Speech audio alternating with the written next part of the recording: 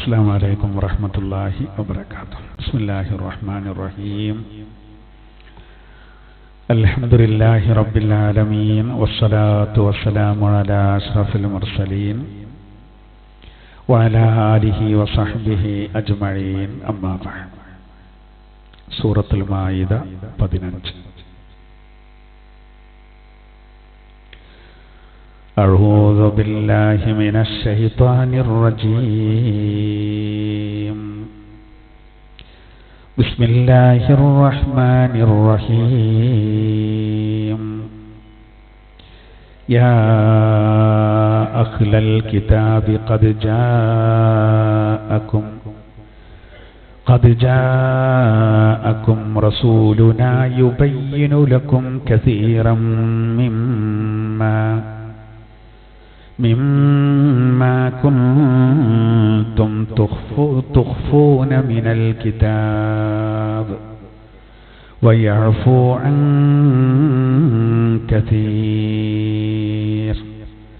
قد جاءكم من الله نور وكتاب مبين يهدي به الله من اتبع رضوانه سبل السلام ويخرجهم من الظلمات إلى النور بإذنه ويهديهم إلى صراط مستقيم. صدق الله العلي العظيم. പ്രിയപ്പെട്ട സഹോദരങ്ങളെ, അല്ലാഹു തആല ഇഅ്തികാഫിന്റെ നിയ്യത്തോടുകൂടെ നമ്മൾ ഈ ഒരുമിച്ച് കൂടിയത് നമ്മിൽ നിന്ന് അല്ലാഹു തആല സ്വീകരിക്കട്ടെ. അല്ലാഹു നമുക്കെല്ലാവർക്കും ഖൈറും ബറക്കത്തും പ്രദാനം ചെയ്യട്ടെ. രോഗങ്ങൾ കൊണ്ടും മറ്റും വിഷമിക്കുന്നവരുണ്ട്. അല്ലാഹു സുബ്ഹാനഹു വ തആല എല്ലാവരുടെ രോഗങ്ങൾക്കും പൂർണ്ണ ശിഫ നൽകി അനുഗ്രഹിക്കട്ടെ. അല്ലാഹു തആല എല്ലാ നിലക്കും ആരോഗ്യം പ്രദാനം ചെയ്യട്ടെ. സഹിച്ച പ്രയാസങ്ങൾക്കൊക്കെ അള്ളാഹു പരിപൂർണ പ്രതിഫലം നൽകട്ടെ. ആമീൻ. നമ്മൾ 2 ആയത്താണെന്ന് വിശദീകരിക്കുന്നത്. പരിശുദ്ധ റബീഉൽ അവ്വലിൽ നമ്മൾ ചർച്ച ചെയ്യേണ്ട വളരെ സുപ്രധാനമായ വിഷയമാണ് പുണ്യനബി തങ്ങളോട് ബന്ധപ്പെട്ടത് ഈ 2 ആയത്തുകളിൽ വരുന്നത്. 17 മുതൽ മറ്റൊരു വിഷയത്തിലേക്ക് കിടക്കുകയാണ്.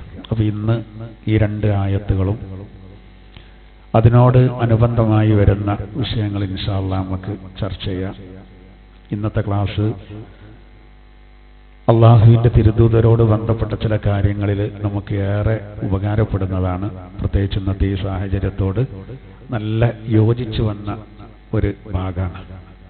അല്ലാഹു തആല അള്ളാഹുവിൻ്റെ തിരുദൂതരെ കൃത്യമായിട്ട് മനസ്സിലാക്കാനും അവിടുത്തെ ചര്യ പിൻപറ്റാനും അവരെ സ്നേഹിക്കാനും ഒക്കെ അല്ലാഹു നമുക്കെല്ലാവർക്കും ഭാഗ്യം നൽകട്ടെ. ആമീൻ.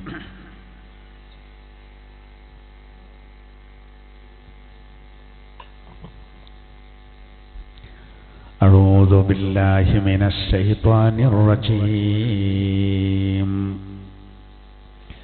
بسم الله الرحمن الرحيم.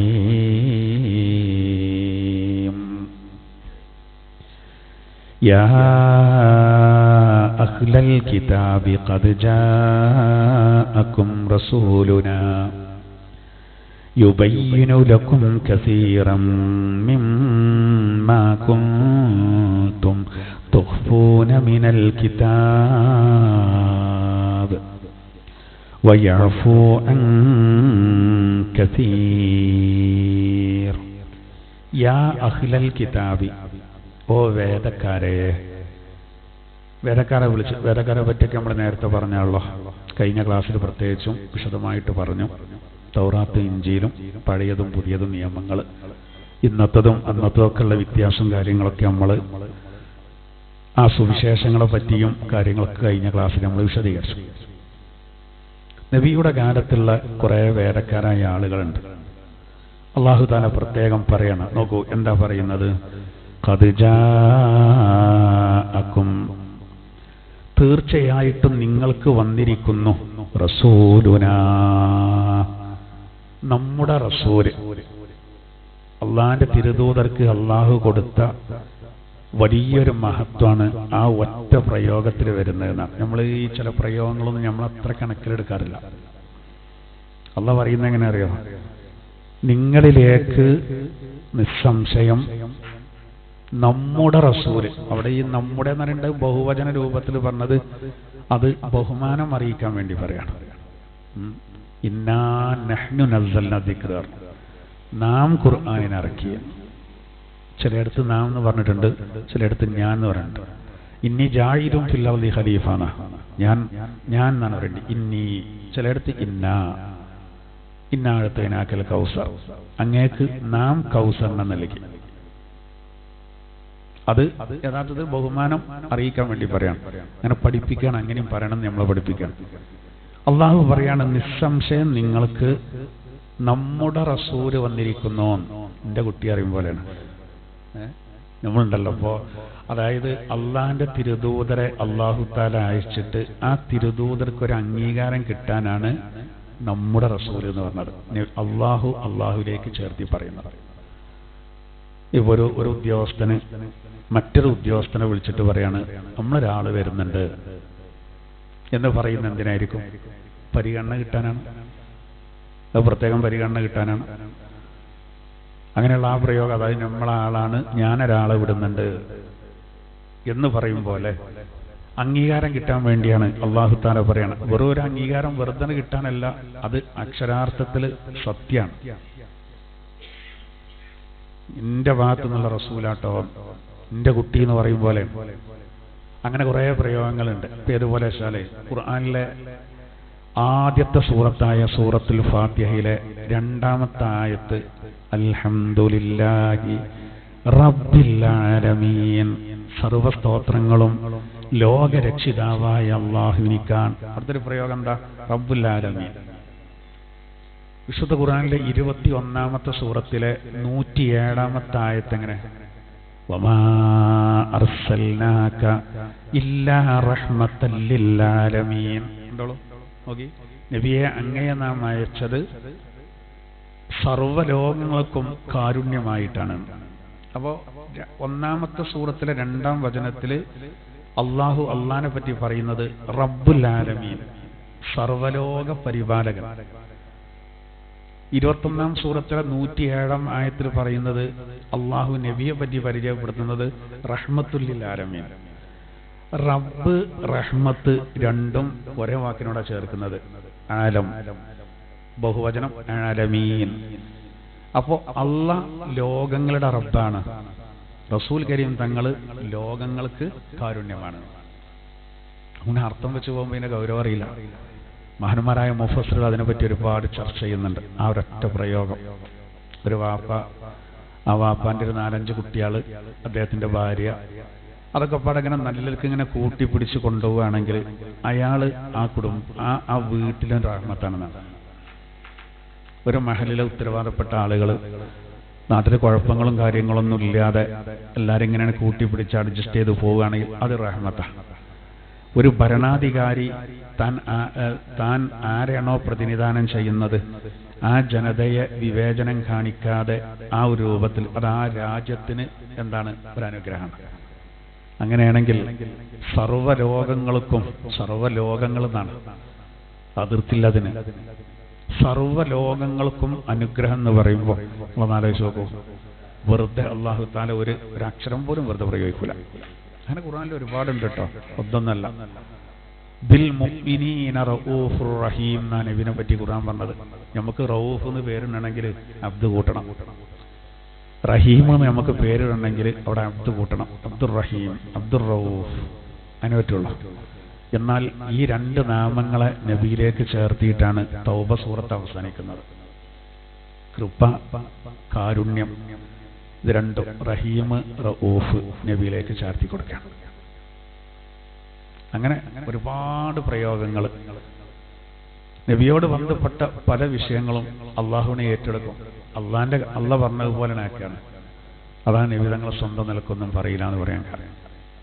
മാ കാന ലി മുഅ്മിനിൻ വലാ മുഅ്മിനത്തിൻ ഇദാ ഖലല്ലാഹു വറസൂലുഹു അംറൻ അൻ യകൂന ലഹുമുൽ ഖിയറതു മിൻ അംരി. ഖുർആൻ പറയുന്നു, ഒരു മുഅ്മിനിന്, ഒരു സത്യവിശ്വാസിക്ക്, ഒരു സത്യവിശ്വാസിനിക്ക് ഒട്ടും യോജിച്ചതല്ല. എന്ത്? അല്ലാഹും റസൂലും ഒരു വിഷയത്തിൽ ഒരു തീരുമാനം പറഞ്ഞാൽ അയ്യകൂന ലഹുമുൽ ഖിയറതു മിൻ അംരിഹിം, പിന്നെ അവിടെ സ്വന്തം നിലക്കൊരു അഭിപ്രായം പറയല്. എന്തിനാ പറഞ്ഞത്? ആയത്തിറങ്ങണ്ട തന്നെ എന്തിനാ? സൈനബാബിയോട് നബി തങ്ങൾ ചെന്നിട്ട് പറയാണ്, സൈനബ, നിന്നെ ഞാന് പിന്നെ സൈദിനെ കൊണ്ട് വിവാഹം ചെയ്യാൻ ഉദ്ദേശിക്കുന്നുണ്ട്, എൻ്റെ ദത്തുപുത്രനെ കൊണ്ട്. സൈനബ് പറഞ്ഞത് വേണ്ട.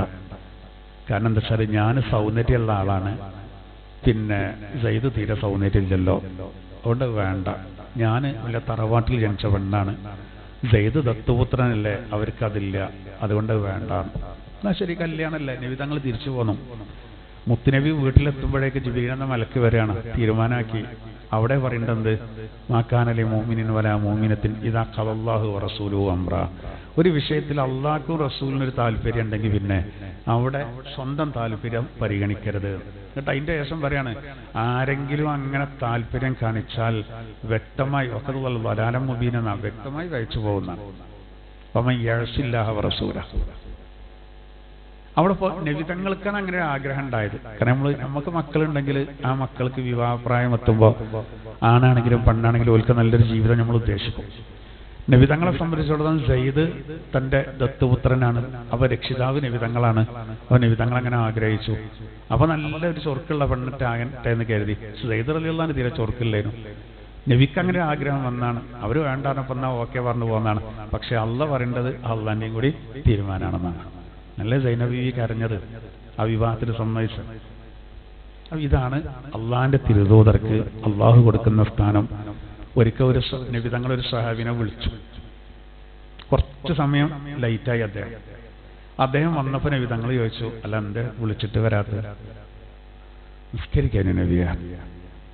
അള്ളാഹു അപ്പം തന്നെ ആയത്ര, യാ അയ്യുഹല്ലദീന ആമനുസ്തജീബൂ ലില്ലാഹി വലിർറസൂൽ ഇദാ ദഅാകും ലിമാ യുഹ്യീകും. നിങ്ങൾക്ക് ജീവൻ നൽകുന്ന കാര്യത്തിൽ അള്ളി റസൂലും വിളിച്ചാൽ വൈകരുത്, ഉടനെ ഉത്തരം കൊടുക്കണം. റസൂലാ വിളിച്ചേ, പേര് വിളിച്ചിട്ടുള്ളൂ.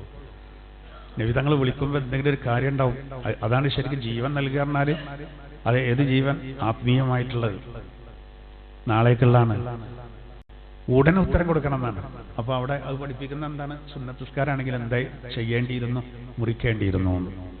അവിടെ നോക്കി നിങ്ങൾ, അള്ളാന്റെ തീർ വിളിച്ചിട്ടുള്ളൂ, കുറച്ച് ലേറ്റ് ആയിട്ടുള്ളൂ, പക്ഷെ അള്ള ഇടപെടുകയാണ്, ആയത്തിറങ്ങുകയാണ്, അള്ള വിളിച്ച പോലെ. പിന്നെ എങ്ങനെയാണ് നമ്മൾ തള്ളുക? എങ്ങനെയാണ് നമ്മൾ നിബിധങ്ങളോട് ബന്ധപ്പെട്ട വിഷയത്തെ ചെറുതാക്കുക? ഇവിടെ അള്ളാന്റെ ആ പ്രയോഗം അതാണ്. അഹ്ലി കിതാബികളെ വിളിച്ചുകൊണ്ട് അല്ലാഹു പറയാണ്, യാ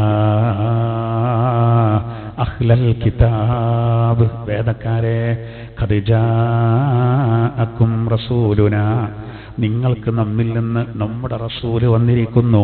എങ്ങനെ? റസൂല് വെറുതെ വന്നതല്ല.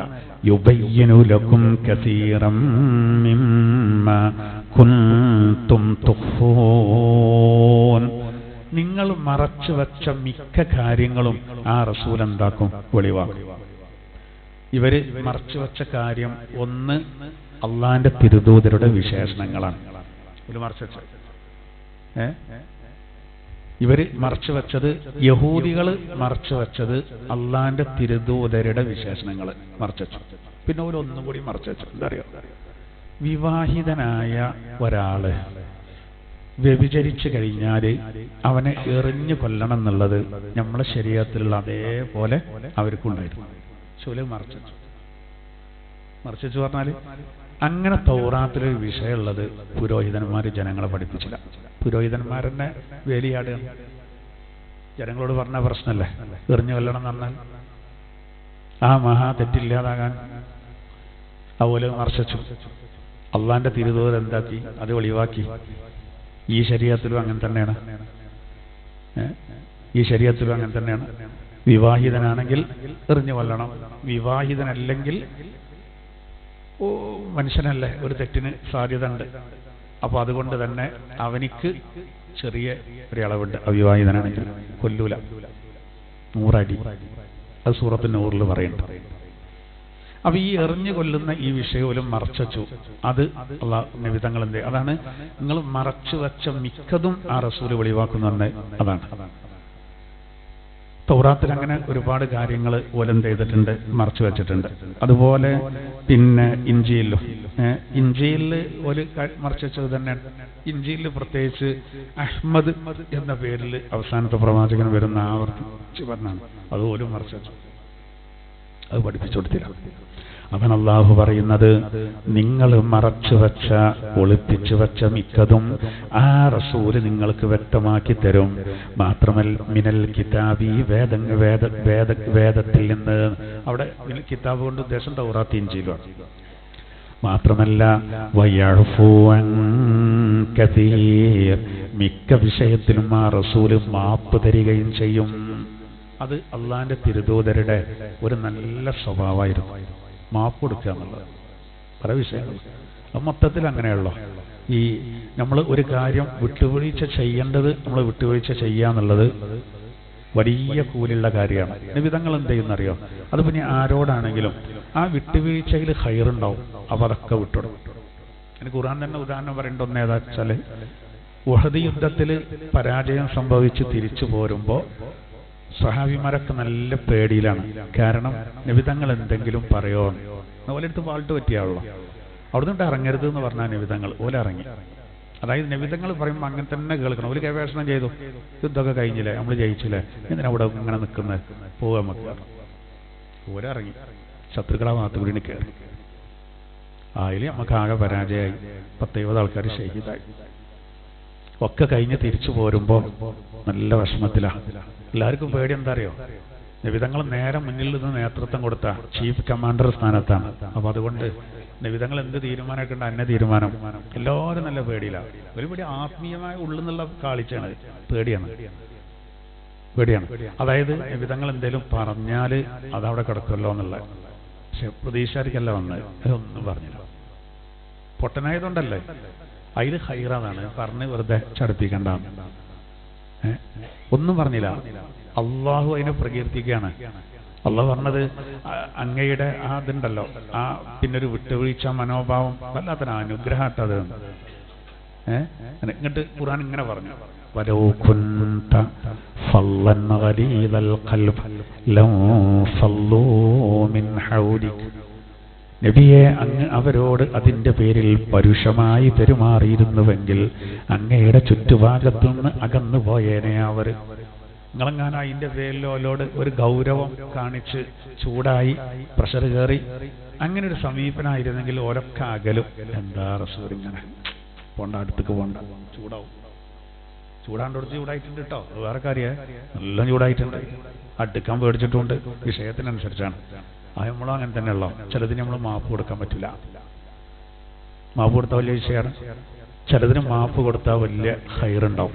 അപ്പോൾ ഇവരോട് ജൂത നസ്വാറാക്കളോട് പ്രത്യേകം പറയാണ്, നിങ്ങളെ മിക്ക വിഷയത്തിലും ആ റസൂൽ നിങ്ങൾക്ക് മാപ്പ്. ശരിയല്ലേ, വധശ്രമങ്ങൾ എത്ര നടന്നോ, മാപ്പ് കൊടുത്ത ആളെ ഇറച്ചിയിൽ പിന്നെ ഇത് കലർത്തിയിട്ട് വിഷം കലർത്തിയിട്ട് കൊടുത്തപ്പോൾ അതിൽ മാപ്പ് കൊടുത്തു.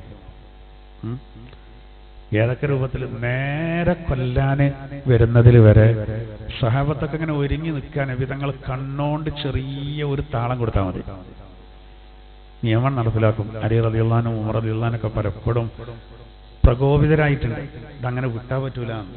നബി സല്ലല്ലാഹു അലൈഹി വസല്ലം തങ്ങളെ അത് ചിരിച്ചിട്ടാണ് ഒഴിവാക്കും. ആ ഒറ്റ ചിരിമ എന്ത് ചെയ്യും, അങ്ങനെയുള്ളോ ആ ഒരൊറ്റ ചിരിയിൽ അത് ശരിക്ക് ഹിക്മത്താണത്. ഇപ്പോ ഖത്തർ എന്താ തിരിച്ചടിക്കാത്തതെന്ന് പറയുന്നത്, അവര് ശരിക്കും ബുദ്ധിപരമായിട്ട് നീങ്ങുകയാണ്. അങ്ങനെ വേണ്ട. അതുകൊണ്ട് ഇപ്പൊ കണ്ടില്ല, 142 രാജ്യങ്ങൾ, അറബേതര രാജ്യങ്ങൾ UN പൊതുസഭയിൽ പിന്നെ ഖത്തറിന് അനുകൂലമായും അതേപോലെ ഫലസ്തീൻ അതിന് ഒരു സ്വന്തം അധികാരം കൊടുക്കണം എന്നുള്ള ഇസ്രായേലിനെതിരെ വോട്ട് ചെയ്തില്ലേ. 142 രാഷ്ട്രങ്ങൾ, 10-20 രാഷ്ട്രങ്ങൾ ഒഴിഞ്ഞൊന്നും അതിനുള്ള മാന്യത. 10 രാജ്യങ്ങൾ ഈ സമയത്തും ഇസ്രായേലിന്റെ കൂടെ ഒന്നു, അതിലൊന്ന് അർജന്റീനയാണ്.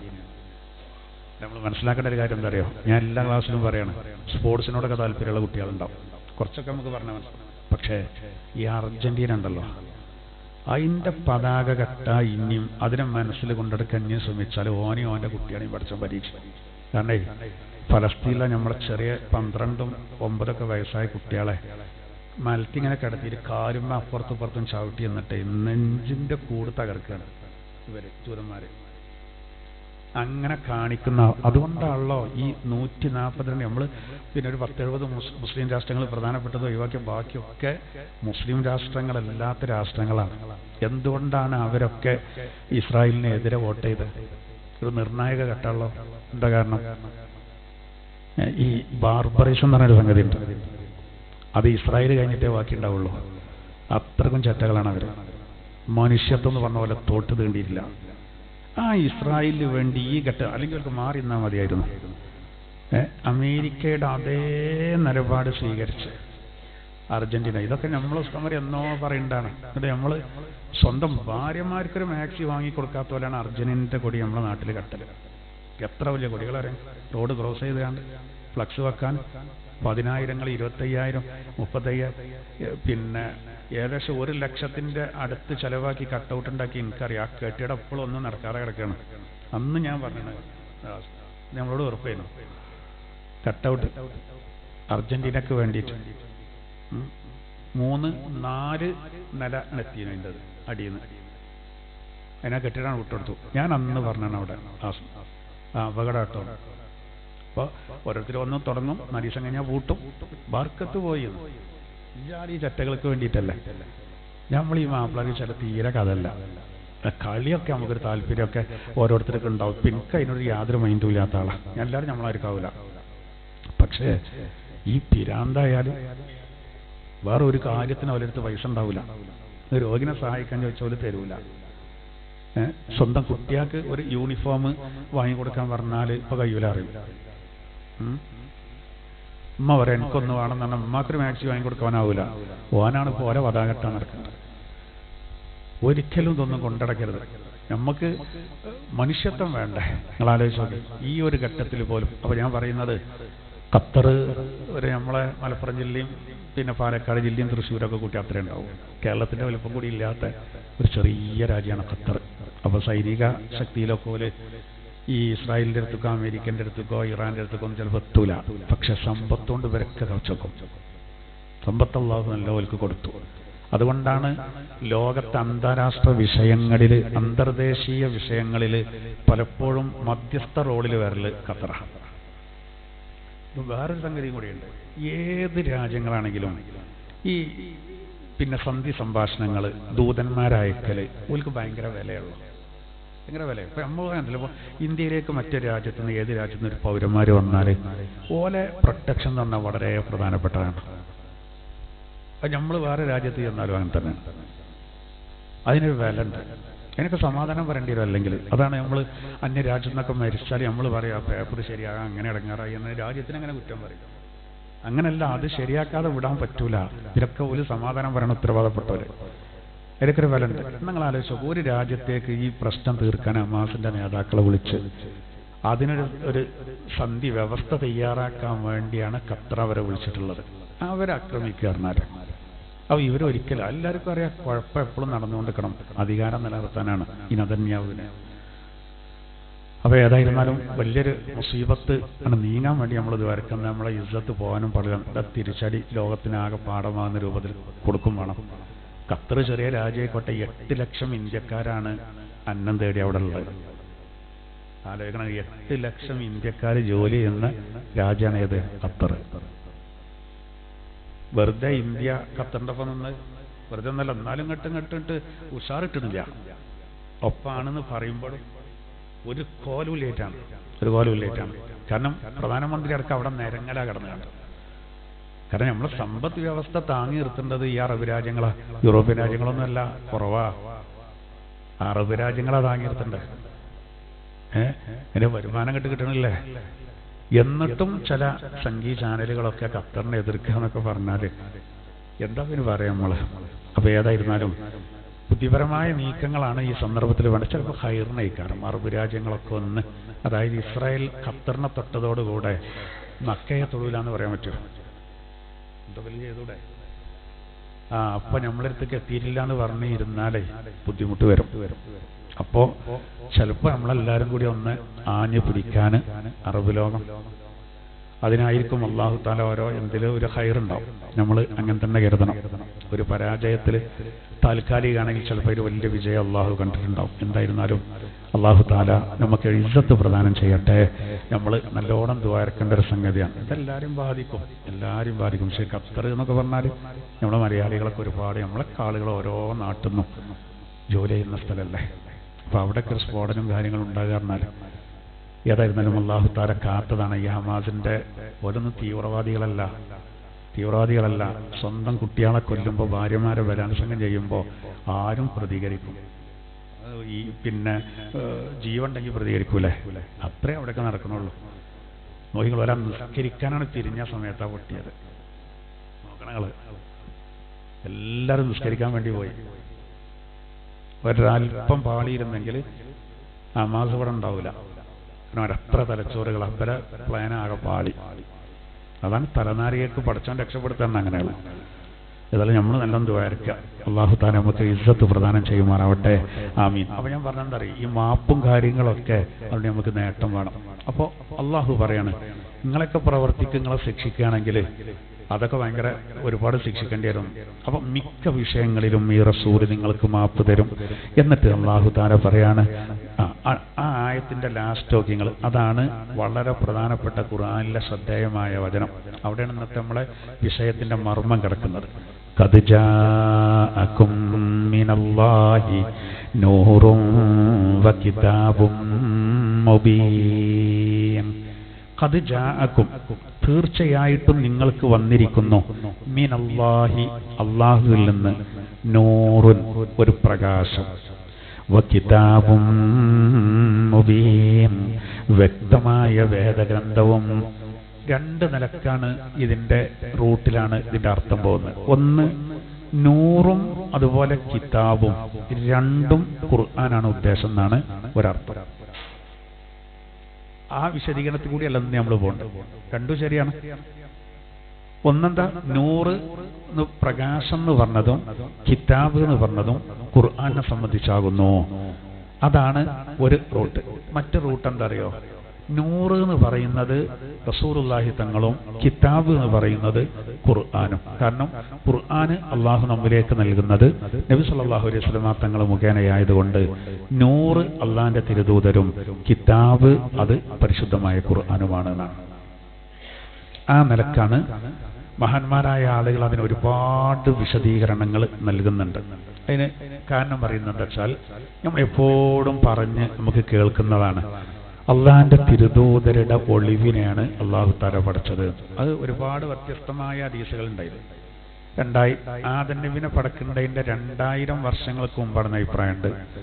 എന്നാൽ ചില തഫ്സീറുകളിൽ പറയുന്നത് 14,000 വർഷങ്ങൾക്ക് മുമ്പ് നബി സല്ലല്ലാഹു അലൈഹി വസല്ലം തങ്ങളുടെ ഒളിവിനെ പഠിച്ചിട്ടുണ്ട് എന്നാണ്. ആദ്യം അല്ലാഹ് സൃഷ്ടിച്ചത് മുത്തുനബിയുടെ ഒളിവാണെന്നുള്ളതിൽ തർക്കമില്ല. അതിന്റെ വർഷത്തിന്റെ വിഷയത്തിൽ 1000 വർഷം, 2000 വർഷം, 14,000 വർഷം, അങ്ങനെ പല ചില വിഷയങ്ങളിലൊക്കെ ഒരു പിടുത്തം തരാതെ പഠിച്ചാൻ വെച്ചിട്ടുണ്ട്. അതിൽപ്പെട്ടൊരു വിഷയമാണ്.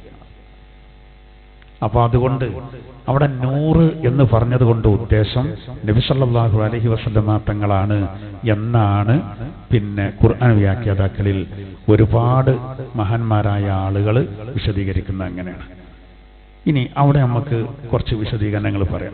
അതായത് നബി തങ്ങളെ പറ്റിയും അള്ളാഹിനെ പറ്റിയൊക്കെ 100 പറഞ്ഞിട്ടുണ്ട്. ഇപ്പൊ ഖുർആനിൽ ഒരായത്തിൽ ഇങ്ങനെ പറയുന്നുണ്ട്, യുരീദൂന ലിയുത്ഫിഊ നൂറല്ലാഹ്, ശത്രുക്കളായ ആളുകൾ അള്ളാഹുവിന്റെ പ്രകാശത്തെ ഊതിക്കെടുത്താൻ ഉദ്ദേശിക്കുന്നു.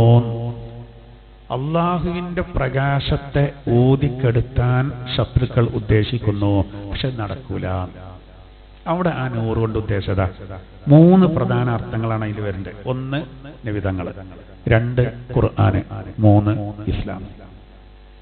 അള്ളാന്റെ പ്രകാശം എന്ന് പറഞ്ഞാൽ 1 അള്ളാന്റെ റസൂലാണ്, 2 അള്ളാന്റെ വേദമാണ്, 3 അള്ളാഹുവിന്റെ മതമാണ്. ഒക്കെ ശരിയാ. അള്ളാഹുവിന്റെ തിരുദൂതരാണ് അതുകൊണ്ട് ഉദ്ദേശിക്കുന്നത് എന്നാണ്. കാരണം നബി സല്ലല്ലാഹു അലൈഹി വസല്ലമ തങ്ങൾ തന്നെ പറഞ്ഞിട്ടുണ്ടല്ലോ, എന്ത്? അവ്വലു മാ ഖലഖല്ലാഹു നൂരി, അള്ളാഹു ആദ്യമായിട്ട് സൃഷ്ടിച്ചത് എന്റെ പ്രകാശത്തെയാണ്. അള്ളാഹു ആദ്യം സൃഷ്ടിച്ചത് എന്റെ പ്രകാശത്തെയാണ് എന്ന് നബി തങ്ങൾ തന്നെ പറഞ്ഞിട്ടുണ്ട്. വലിയ തർക്കിക്കാൻ വകുപ്പില്ല. എങ്ങനെയാണ് ആ പ്രകാശം? നമ്മളിപ്പോൾ ഇങ്ങനെ ലൈറ്റ് കാണുന്ന ഈ പ്രകാശം പോലെ, ഒരു മെഴുകുതിരി കത്തിച്ചാലുള്ള പ്രകാശം പോലെ ഒന്നും കരുതരുത്. ആ പ്രകാശം എന്ന് പറഞ്ഞാൽ ദിവ്യ പ്രകാശം, അത് വലിയൊരു സംഭവമാണ്. വേറെ ഹദീസിൽ കാണാ, അന മിനല്ലാഹ് വൽ മുഅ്മിനൂന മിന്നീ. നബി തങ്ങൾ പറയാണ്, അന മിനല്ലാഹ്, ഞാൻ അല്ലാഹുവിൽ നിന്നാണ്, വൽ മുഅ്മിനൂന മിന്നീ, മുഅ്മിനീങ്ങളാകട്ടെ എന്നിൽ നിന്നാകുന്നു. അതാണ് നമ്മൾ അള്ളാന്റെ തിരുദൂതരെ പിൻപറ്റുമ്പോൾ ആ ഒരു പ്രകാശം, ആ ദിവ്യ വെളിച്ചം നമുക്ക് കിട്ടും. അന മിനല്ലാഹ് നബി തങ്ങൾ പറയാൻ കാരണം എന്താ അറിയോ? സൂറത്ത് നൂറിൽ അല്ലാഹു പറഞ്ഞില്ലേ, അല്ലാഹു നൂറുസ് സമാവാതി വൽ അർള്, അല്ലാഹു ആകാശങ്ങളുടെയും ഭൂമിയുടെയും പ്രകാശമാണ്. അള്ളാഹിനെ പറ്റി പറയണം, അള്ളാഹ് ആകാശങ്ങളുടെയും ഭൂമിയുടെയും പ്രകാശമാണ്. ആ പ്രകാശം നബി മുഖേന നമുക്ക് കിട്ടും. അതാണ് ശേഷം പറയുന്നത് എങ്ങനെ, മസലു നൂരിഹി കമിഷ്കാത്ത്, അവന്റെ പ്രകാശത്തിന്റെ ഉപമ അത് ഒരു ചുമരിലെ പൊത്തുപോലെയാണ്. ചുമറുമാടം എന്നിട്ട് പറയാണ്, ഫിഹാ മിസ്ബാഹ്, ആ ചുമരിലെ പൊത്തില് ഒരു വിളക്കുണ്ട്. ആ വിളക്കോ അൽ മിസ്ബാഹു ഫീ സുജാജ, ആ വിളക്കാകട്ടെ ഒരു പളുങ്കിന്റെ ഉള്ളിലാണ്, സ്ഫടികത്തിന്റെ ഉള്ളിലാണ്. എന്നിട്ട് പറയാണ്, അതിൽ ആ വിളക്ക് കത്തിക്കുന്നത് അനുഗ്രഹീതമായ സൈത്തെണ്ണ കൊണ്ടാണ്. ഇനി തീ ഒരസിയിട്ടില്ലെങ്കിലും ഒരു ലൈറ്ററിന്റെ ആവശ്യമില്ല, അത് സ്വയം കത്തും. എന്നിട്ട് ഖുർആൻ പറയാണ്, നൂറുൻ അലാ നൂർ, ഇവ പ്രകാശത്തിന് മേൽ പ്രകാശമായി. അതായത് ചുമരിൽ ഒരു പൊത്തിൽ ഒരു വിളക്ക്, ആ വിളക്ക് സ്ഫടികത്തിന്റെ ഒരു കുപ്പിയിൽ ആ സ്ഫടികം നക്ഷത്രം പോലെ പ്രകാശിക്കുന്നു. അതിലെ വിളക്ക് സ്വയം കത്തുന്നു, അനുഗ്രഹീത ദൈത്തെണ്ണ. ഇതാണ് ഖുർആൻ പറയുന്നത്. ഇപ്പൊ എന്തായി? ആകെ പ്രകാശ, സ്ഫടികത്തിന്റെ കുപ്പി വല്ലാത്ത പ്രകാശം, അതിലെ വിളക്ക് വല്ലാത്ത പ്രകാശം, പ്രകാശത്തിന് മേൽ പ്രകാശം. ഇതെന്താ പറഞ്ഞത്? ഒരു മനുഷ്യന്റെ നെഞ്ചകത്തവന്റെ ഹൃദയം, ആ ഹൃദയത്തിലേക്ക് ഖുർആന്റെ വെളിച്ചം, ആ വെളിച്ചം ഇങ്ങനെ മഴ പോലെ പെയ്തിറങ്ങിയാൽ അതുകൊണ്ട് വലിയ നേട്ടം. എന്നാ ഈ പെയ്തിറങ്ങനെ ധാര തരുന്നത് നബി തങ്ങള്. അപ്പോ അള്ളാന്റെ പ്രകാശം അത് നബി മുഖേന, അതാണ് പിന്നെ വൽ മുഅ്മിനൂന മിന്നീ, മുഅ്മിനീങ്ങൾക്ക് പ്രകാശം എന്നിൽ നിന്നുമാണ് എന്ന് നബി സല്ലല്ലാഹു അലൈഹി വസല്ലമ തങ്ങൾ പറയാനുള്ള കാരണം അതാണ്. അപ്പോ നബി സല്ലല്ലാഹു അലൈഹി വസല്ലമ തങ്ങൾ പ്രകാശമാണ് എന്ന് നബി തങ്ങൾ എന്നെ പഠിപ്പിക്കുകയാണ്. അതാണ് നമ്മൾ മങ്കൂസുമാരിതിലൊക്കെ പഠിക്കുന്ന കാര്യം തന്നെയാണത്. നമ്മൾ ആ ഹദീസ് ഇങ്ങനെ ഓതുമ്പോൾ അതിൽ പറയുന്നുണ്ടല്ലോ, നമ്മൾ കരുതുന്ന ഹദീസൊക്കെ മൗലൂദിലല്ലേ, അതൊക്കെ ചിലരെങ്ങനെ പറയല് പാള കിതാബല്ലേ എന്നാ പറയാ. പാള കിതാബ് അതിൽ പറയണ്ടല്ലേ, അതിലൊന്നും അത്ര വലിയ കാര്യമൊന്നുമില്ല എന്ന് പറയും. അങ്ങനല്ല, ഞാനൊരു ഹദീസ് ഉദ്ധരിക്കാം. ആരാ ഉദ്ധരിക്കുന്ന അറിയങ്ങള്? ഇബ്നു അബ്ബാസ് റളിയല്ലാഹു അൻഹു. ഇബ്നു അബ്ബാസ് റളിയല്ലാഹു അൻഹു പറഞ്ഞ ആരാ? ഖുർആൻ വ്യാഖ്യാതാക്കളുടെ തലവൻ. നമ്മളൊരു വിഷയം പഠിക്കാൻ ഞാൻ തെറ്റിദ്ധാരണ വരെയാണ്, അങ്ങനെയാണോ എന്ന് ചോദിക്കും. ഇബ്നു അബ്ബാസ് റളിയല്ലാഹു അൻഹു ഖുർആൻ വ്യാഖ്യാതാക്കളുടെ തലവനാണ്. അദ്ദേഹം ഉദ്ധരിക്കുകയാണ്. നോക്കൂ, ശരിക്ക് കിതാബുകളിൽ നമ്മുടെ തഫ്സീറിന്റെ ഗ്രന്ഥങ്ങളിൽ കാണാം, വഅൻ ഇബ്നു അബ്ബാസ് റളിയല്ലാഹു അൻഹു നബി സല്ലല്ലാഹു അലൈഹി വസല്ലം അന്നഹു ഖാൽ. ഇബ്നു അബ്ബാസ് റളിയല്ലാഹു അൻഹു തൊട്ട് നിവേദനം ചെയ്യപ്പെട്ടത്, ഇബ്നു അബ്ബാസ് റളിയല്ലാഹു അൻഹു പറയാണ്, നബി തങ്ങൾ ഇങ്ങനെ പറഞ്ഞു. ഇബ്നു അബ്ബാസ് നബി തങ്ങളിൽ നിന്ന് നേരെ കേട്ട് മനസ്സിലാക്കിയ ആളാ. നബി തങ്ങൾ എന്താ പറയുന്നറിയോ? ലമ്മാ ഖലഖല്ലാഹു ആദം, ആദം നബി അല്ലാഹു തആല സൃഷ്ടിച്ചപ്പോൾ അഖ്ബത്വനി ഫീ സുൽബിഹി ഇലൽ അർള്, നബി മങ്കൂസ്മാരിതിലും പറയുന്നത് ഭൂമിയിലേക്ക് ആദം നബിയുടെ മുതുകിലൂടെ എന്നെ സന്നിവേശിപ്പിച്ചു, അങ്ങനെയാണ് ഇറക്കിയത്. അള്ളാഹു താല നബിതങ്ങൾ ആദ്യം പറഞ്ഞിട്ട് ഇതിന്റെ പ്രകാശം ആദ്യം പഠിച്ചത്. നമ്മൾ ശുറാ സൂറത്തിൽ പറഞ്ഞല്ലോ, അതിങ്ങനെ നല്ല കൈമാറ്റം ചെയ്യപ്പെട്ടു. ഇവിടെ ഈ ആയത്തിൽ 100 പറയേണ്ടടുത്താണ് തഫ്സീറിൽ ഇതൊക്കെ പറയുന്നത്. അതിൽ പറയാ, ഇബ്നു അബ്ബാസ് റളിയല്ലാഹു അൻഹു പറയാണ്, അള്ളാഹ് ആദം നബിനെ പടച്ചിട്ട് ആദം നബിയുടെ മുതുകിലൂടെ എന്നെ ഭൂമിക്ക് നിറച്ചു. വജഅലനീ ഫീ സുൽബി നൂഹ് ഫിസ്സഫീന.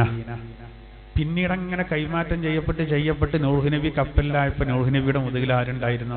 എൻ്റെ ഈ പ്രകാശം ഉണ്ടായിരുന്നു, ഞാൻ ഉണ്ടായിരുന്നു. വഖദഫനീ മിനൽ ഫീ സുൽബി ഇബ്രാഹിം. പിന്നെ ഇബ്രാഹിം നബിയുടെ മുതുകിലായിട്ട് നരകത്തിലേക്ക് തീയിലേക്ക് ഇട്ടു. അതായത് ഇബ്രാഹിം, അതിപ്പോ മങ്കൂസുമലത്തിൽ പറയണ്ടല്ലോ, എന്ത് ഇതിന്റെ മറ്റേ രീതിയാണ് അവിടെ പറയുന്നത്. ചെറിയ വ്യത്യാസമേ ഉള്ളൂ. ആ നിലക്ക് റിപ്പോർട്ട് ചെയ്യപ്പെട്ടിട്ടുണ്ട്. അതിൽ ഒരു റിപ്പോർട്ട് ചെയ്യപ്പെട്ടാണ് മങ്കൂസുമലത്തിൽ മഖ്സൂർ റളിയല്ലാഹു അൻഹു ഉദ്ധരിച്ചത്. അതിനാണ് ഇവിടെ ഇബ്നു അബ്ബാസ് റളിയല്ലാഹു അൻഹു പറയുന്നത്. അതന്നെയാണ് ഇവിടെ നല്ല ഇവിടെ പറഞ്ഞതിന് മുമ്പ് അവിടെ പറഞ്ഞു മാത്രം. ഇബ്രാഹിം നബി അഗ്നികുണ്ഡത്തിലേക്ക് എറിയപ്പെട്ടപ്പോൾ ഞാൻ ഇബ്രാഹിം ഇവിടെ മുതുകിലുണ്ടായിരുന്നു എന്ന് നബി പറഞ്ഞു. ആരാ പറയുന്നത്? ഇബ്നു അബ്ബാസ് റളിയല്ലാഹു അൻഹു പറയാണ്, സുമ്മലം യസൽ തആലാ യംഗുലുനി മിനൽ അസ്ലാബിൽ കരീമത്തി വൽ അർഹാമി ത്വാഹിറ. ആദരണീയമായ മുതുകുകളിലൂടെ, ശുദ്ധമായ ഗർഭപാത്രങ്ങളിലൂടെ ഞാനിങ്ങനെ സഞ്ചരിച്ചു കൊണ്ടേയിരുന്നു. ഹത്താ അഖ്റജനി ബൈന അബവയ്യ. അങ്ങനെ എൻ്റെ മാതാപിതാക്കളിലൂടെ എന്നെ പുറത്തേക്ക് കൊണ്ടുവന്നു. വലം യൽതഖിയാ അലാ സിഫായിൻ ഖത്ത്. നമ്മളതിനെ അർത്ഥം ചിന്തിക്കാത്തതുകൊണ്ട് സിഫായും കത്തൊക്കെയാണെന്നാ കരുതുന്നത്. സിഫായി എന്നുള്ള വാക്ക് കേൾക്കുന്നുണ്ടോ? കത്ത് എന്നുള്ള കേട്ടാൽ അതായത് എന്താ അതിൻ്റെ അർത്ഥം? വലം യൽതഖിയാ, എൻ്റെ മാതാപിതാക്കളുണ്ടല്ലോ ആമിന അബ്ദുള്ള എന്നവര്, അവരെ തീരെ തൊട്ട് തീണ്ടിയിട്ടില്ല. എന്ത്? അലാ സിഫാഹിൻ ഖത്ത് എന്ന് പറഞ്ഞാൽ തീരെ കത്ത് പറഞ്ഞതാണ്. ദുർനടപ്പ് അവരെ തീരെ ബാധിച്ചിട്ടില്ല. ഓരൊക്കെ നല്ല ശുദ്ധരാട്ടോ. നബിതങ്ങളുടെ മാതാപിതാക്കളെ പറ്റി പറയാണ്, ആമിന അബ്ദുള്ള എന്നവരെ പറ്റി പറയാണ്. തീരെ ഒരു തെറ്റും സംഭവിക്കാത്ത അവരുടെ മുതുകിലൂടെ എന്ത് ചെയ്തു? ഞാനിവിടെ വന്നതാണ്, അവരിലൂടെ ഞാനിട്ട് വന്നതാണ്. ഇതിപ്പോ നബി സല്ലല്ലാഹു അലൈഹി വസല്ലം തങ്ങൾ നേരിട്ട് പറഞ്ഞൊരു കാര്യമാണ്. അത് നമ്മൾ പറയണമെന്നുള്ളൂ. അതങ്ങനെ തന്നെ ഹദീസ് ഉദ്ധരിച്ചാൽ അതേ വിഷയം എന്ത് ചെയ്യും? റസൂല് പ്രകാശായതും മറ്റൊക്കെ കവിതകൾ ഇങ്ങനെ ചൊല്ലും. പിന്നെ അത്രേ ഉള്ളൂ. അതാണ് ഇപ്പം അടുത്ത ആഴ്ച നമ്മൾ ഒരു പ്രവാചകരെ പ്രകീർത്തിക്കുന്ന ഒരു ഇത് പാരായണം ചെയ്യുമ്പോൾ അത്രേ ഉള്ളൂ. അത് ഇപ്പൊ നമ്മളൊരു സ്റ്റേജ് ഉണ്ട് നമ്മളെ പള്ളിയിൽ. ഇവിടെ എന്താ സ്റ്റേജൊക്കെ ആരെങ്കിലും വന്നാൽ, കഴിഞ്ഞ ആഴ്ച എൻ്റെ കൂടെ എൻ്റെ മഹലിൻ്റെ പ്രസിഡന്റ് ഉണ്ടായിരുന്നു. അയാൾ ആദ്യമായിട്ടാണ് ഇങ്ങോട്ട് വരേണ്ടത്. അപ്പോൾ എനിക്കിത് കഴിഞ്ഞേക്കൊരു നിക്കാഹുണ്ടല്ലോ. അപ്പോൾ എന്നോട് പോലും പറഞ്ഞു, ഞാൻ ഇവിടുന്ന് വന്നുകൊണ്ട് പറഞ്ഞു, അല്ല നേരം വൈകുക പറഞ്ഞു. അപ്പോൾ പ്രസിഡന്റ് എന്നൊരു കാര്യം, എനിക്ക് ഖുർആൻ ക്ലാസ് കേൾക്കും ചെയ്യാലോ, ഞാൻ നേരത്തെ തന്നെ പോരുമ്പോൾ മൂപ്പര് എന്നോട് ചോദിച്ചു, ഈ അസമയത്തൊക്കെ ആൾക്കാർ വരുമോ ചോദിച്ചു എന്നോട്. ഈ അസമയത്തൊക്കെ, ഈ 9 മണി സമയത്തൊക്കെ ആൾക്കാർ വരുമോ ചോദിച്ചു. അപ്പോൾ ഞാൻ പറഞ്ഞാൽ നിങ്ങൾക്ക് അവിടെ എത്തുമ്പോൾ അറിയാറുണ്ട്. മൂപ്പരാകെ അജബയിക്കണം ഇവിടെ വന്നപ്പോൾ. ഇതൊരു നമ്മളൊരു കവലയിൽ ഒരു പ്രസംഗം നടക്കുമ്പോൾ അങ്ങനെ പോണ്ടോലൊക്കെ വെറുതെ ഇങ്ങനെ കുറച്ച് പച്ചക്കറിയൊക്കെ വാങ്ങിക്കാണ്ട് മിനി ബസ് വരുവോളം കേൾക്കുക എന്നുള്ള അതല്ലല്ലോ. ഇതിനായിട്ട് വരല്ലേ. അയാൾക്ക് ഭയങ്കര അത്ഭുതമായിക്കണം. അയാൾക്ക് ഈമാൻ കൂടിയാണ്. കഴിഞ്ഞ ആഴ്ച അവിടെ നിവേദന പരിപാടിയാണ്. അപ്പോൾ ഞാൻ ഉദ്ഘാടനം ചെയ്ത് മൂപ്പര് അധ്യക്ഷനാണ്. അധ്യക്ഷ പ്രസംഗത്തിൽ മൂപ്പര് കാര്യമായിട്ട് പറഞ്ഞ ഇതാ, അവിടെ ഖുർആൻ ക്ലാസ് ഉണ്ട്, അങ്ങനെ നടന്നോളി എന്നുള്ള രൂപത്തിൽ. അന്തം വിട്ടായ പറ്റില്ല, ഒന്ന് ഉഷാറാകണം. ഇത് കണ്ട് കുറച്ചും കൂടി ആവേശം കൂടിയതാണ്. അത് നമ്മളൊരു സംഗതി മറ്റുള്ളവർക്ക് പ്രചോദനമായ നമുക്കതിൻ്റെ കൂലിയാണ്. ഞാൻ ഒരു ഉദാഹരണം പറഞ്ഞതാണ്. അപ്പോൾ പറഞ്ഞു വരുന്നത് നോക്കി. അപ്പോൾ നമ്മൾ ഒരു കാര്യം അറിഞ്ഞു കഴിഞ്ഞാൽ അത് നമുക്ക് വലിയ റാഹത്തുണ്ടാവും. അപ്പോൾ ഇവിടെ പറഞ്ഞു വരുന്നത് എന്താ അറിയോ? നമ്മളെ ഈ മൗലിദിന്റെ ഇതിൽ അപ്പോൾ ഈ സ്റ്റേജാ പറഞ്ഞത്. ഇതിപ്പോ ഖുർആൻ ക്ലാസ്സിനുള്ള സ്റ്റേജ് പറഞ്ഞ ഓഹോ അങ്ങനെയാണ്. നേരെ മറിച്ചിപ്പോ പറയും ഇവിടെ എന്താ ഒരു സ്റ്റേജ്, അത് നബിയെ പറ്റി കവിത പാടാൻ വേണ്ടിയിട്ട് പള്ളിയിൽ ഉണ്ടാക്കിയാണ്. എന്നാൽ ചിലർക്കണം അതിനൊക്കെ ഇപ്പോൾ സ്റ്റേജ് ഉണ്ടാക്കണം പള്ളിൻ്റെ ഉള്ളിൽ, അതും പള്ളിൻ്റെ ഉള്ളിൽ. ആരെ പറ്റിയാ പറയണ്ടത്? നബിനെ പറ്റി. രോഹികൾ മദീന മസ്ജിദുൻ നബവി 2ാം സ്ഥാനത്തിൽ നിൽക്കുന്ന മസ്ജിദുൻ നബവിയിൽ ഒരു സ്റ്റേജ് ഉണ്ടായിരുന്നു. ദൈവം ആരെ കേരളമുള്ളവരെ ഞങ്ങൾ ഹസ്സാൻ റളിയല്ലാഹു അൻഹു പാടാൻ വേണ്ടി മാത്രമായതുകൊണ്ട് എല്ലാവർക്കും ഒരു മൂടുണ്ടാവില്ലല്ലോ. എല്ലാവരും പൊക്ക പാട്ടാട്ടപ്പോൾ മുട്ട തൈലത്തിന് വരെ പാട്ട്. തൈലം ഉണ്ടാക്കേണ്ട ആള് തൈലം ചിലവാക്കാൻ പാട്ട്, പച്ചക്കറി കച്ചവടക്കാരൻ വരുമ്പോൾ മൂപ്പര് നല്ല പാട്ട്, എല്ലായിടത്തും ഇപ്പൊ പാട്ടാണ്. പൊന്നു സോദര എന്തിനാ വേദന സഹിക്കണ്, മുട്ട തൈലം വാങ്ങി തേച്ചോളി. കുട്ടികളൊക്കെ ഇപ്പോൾ പാടുകയാണ്. ആ തൈലം ഉണ്ടാക്കി വിൽക്കേണ്ട ആള് അത് പാടുകയാണ്. എല്ലായിടത്തും ഒരു പാട്ടുമായ ആളോ, ഒരു പാട്ട് മയ്യ അതാവട്ടെ ആരാവട്ടെ ഞാൻ പറയാ, എല്ലാം പാട്ടുമേലാണെന്ന് പറയാം. തെറ്റാണെന്നല്ല പറയുന്നത്, തെറ്റാണെന്നല്ല, എന്നാൽ പാണ്ടോടത്ത് പാടും വേണം. അപ്പോൾ ഹസ്സാൻ റളിയല്ലാഹു അൻഹുവിന് അതിന് ഭയങ്കര താല്പര്യമായിരുന്നു. അതുകൊണ്ട് ഹസ്സാൻ റളിയല്ലാഹു അൻഹുവിന് പാടാനായിട്ട് മസ്ജിദുൻ നബവിയിൽ. എന്നിട്ട് അതുമല്ല, നബി സല്ലല്ലാഹു അലൈഹി വസല്ലം തങ്ങൾ കേട്ടിരിക്കുകയാണ്, സ്വഹാബത്തിനോട് കേൾക്കാൻ പറയണം. ഞാൻ ഇപ്പം നിങ്ങളോട് പറയണം, എല്ലാവരും വരി ഇരിക്കട്ടെ, എന്നെ പറ്റിയൊരു മധുഗാനുണ്ട് ഇവിടെ ഒന്ന് കേൾക്കുക, എന്നാൽ അതോടുകൂടെ നിങ്ങൾ ഇന്നത് തൂക്കും. അത് വേണ്ടില്ല, എത്തായൊരു കഥല്ലേ എന്ന് പറയും. ആ വഷളത്തര ശനിവിധങ്ങളത് അങ്ങനല്ല. പണ്ട് കുഞ്ഞുണ്ണി മാഷ് പറയില്ലേ, കുഞ്ഞുണ്ണി മാഷിന്റെ ഒരു കവിതയിലുണ്ട്, പൊക്കമില്ലായ്മയാണ് പൊക്കം എന്ന് പറഞ്ഞത്. നബി സല്ലല്ലാഹു അലൈഹി വസല്ലം തങ്ങളെ സംബന്ധിച്ചിടത്തോളം അങ്ങനെ പൊങ്ങേണ്ട ആവശ്യമില്ല. അള്ളാന്റെ കൽപ്പന പ്രകാരമാണ് എന്തുണ്ടാതാണ് ഞാൻ പറയേണ്ടത്, അതാണ് പറയുന്നത്. അള്ളാഹുവിന്റെ കൽപ്പന പ്രകാരമാണ് നബി സല്ലല്ലാഹു അലൈഹി വസല്ലം തങ്ങൾ ആ മദ്ഹ് പറയാൻ പറയുന്നതെന്നാണ് ഞാൻ പറഞ്ഞത്. ഒന്നും പേക്കൂലല്ലോ. അതിന് ചില എക്സാമ്പിൾ ഞാൻ തുടക്കത്തിൽ പറഞ്ഞല്ലോ. നബി തങ്ങളുടെ ചില തീരുമാനങ്ങൾ അള്ളാന്റെ തീരുമാനങ്ങളാണ് എന്ന് അള്ളാഹു തആല പറഞ്ഞ ഭാഗം ഖുർആൻ അഹ്സാബ് സൂറത്തിൽ, അംബിയാ സൂറത്തിലൊക്കെ പല സ്ഥലങ്ങളിലും പറയുന്നുണ്ട്. അപ്പൊ ഇവിടെ ഞാൻ പറഞ്ഞത് അള്ളാഹു തആല നബി സല്ലല്ലാഹു അലൈഹി വസല്ലം തങ്ങൾക്ക് കൊടുത്ത വലിയ സ്ഥാനം, അതാണ് യഥാർത്ഥത്തിൽ ഈ പ്രകാശനം. ഇപ്പം നമ്മൾ പറഞ്ഞു വരുന്നത്. ഞാൻ വേറൊരു സംഗതി പറഞ്ഞുതരാം. ഇപ്പം എന്നോട് ഒരാൾ പറഞ്ഞാട്ടോ, ഒരു വീഡിയോ അയച്ചോ, എന്നിട്ട് എന്നോട് ചോദിച്ചു, ഉസ്താദെ ഞാൻ അറിയാത്തോണ്ട് ചോദിക്കാട്ടോ, അയാളാകെ ബേജാറായിരിക്കണം. നമ്മൾ ഈ വിഗ്രഹങ്ങളോടൊക്കെ ഉള്ളപ്പോൾ മങ്കൂസ് മൗലിദിലൊക്കെ വിഗ്രഹങ്ങളോട് പറയുന്ന ഭാഗമുണ്ട് എന്നുള്ള പറയുന്നത്. എനിക്കൊരാൾ അയച്ചെന്ന അവസ്ഥ ഞാൻ ഞെട്ടിപ്പോയി എന്നോട്.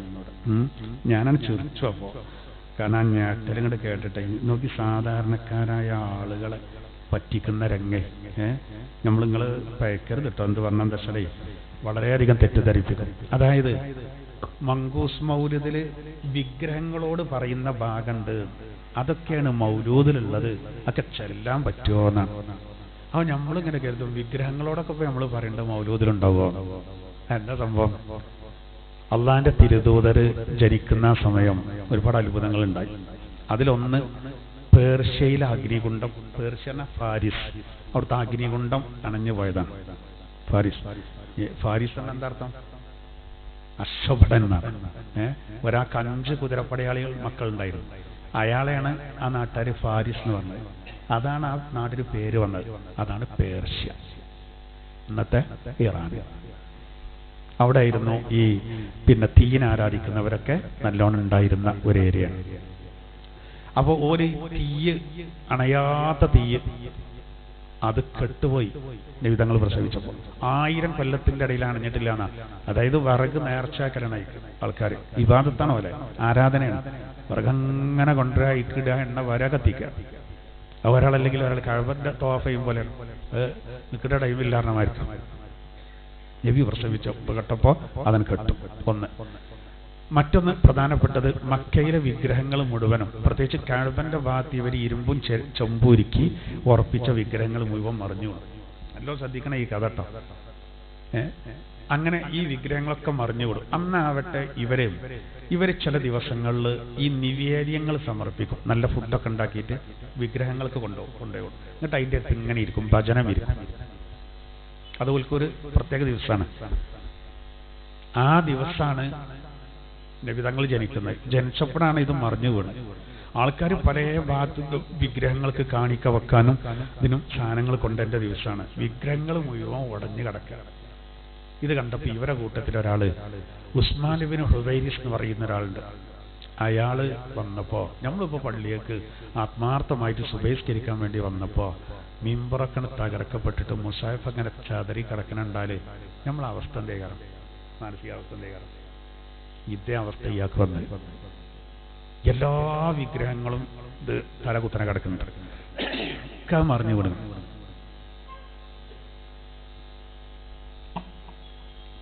അപ്പോ ഇയാള് സങ്കടത്തോടുകൂടെ വിഗ്രഹത്തെ നോക്കിയിട്ട് പാടുകയാണ്. എന്താ പാടേണ്ടത്?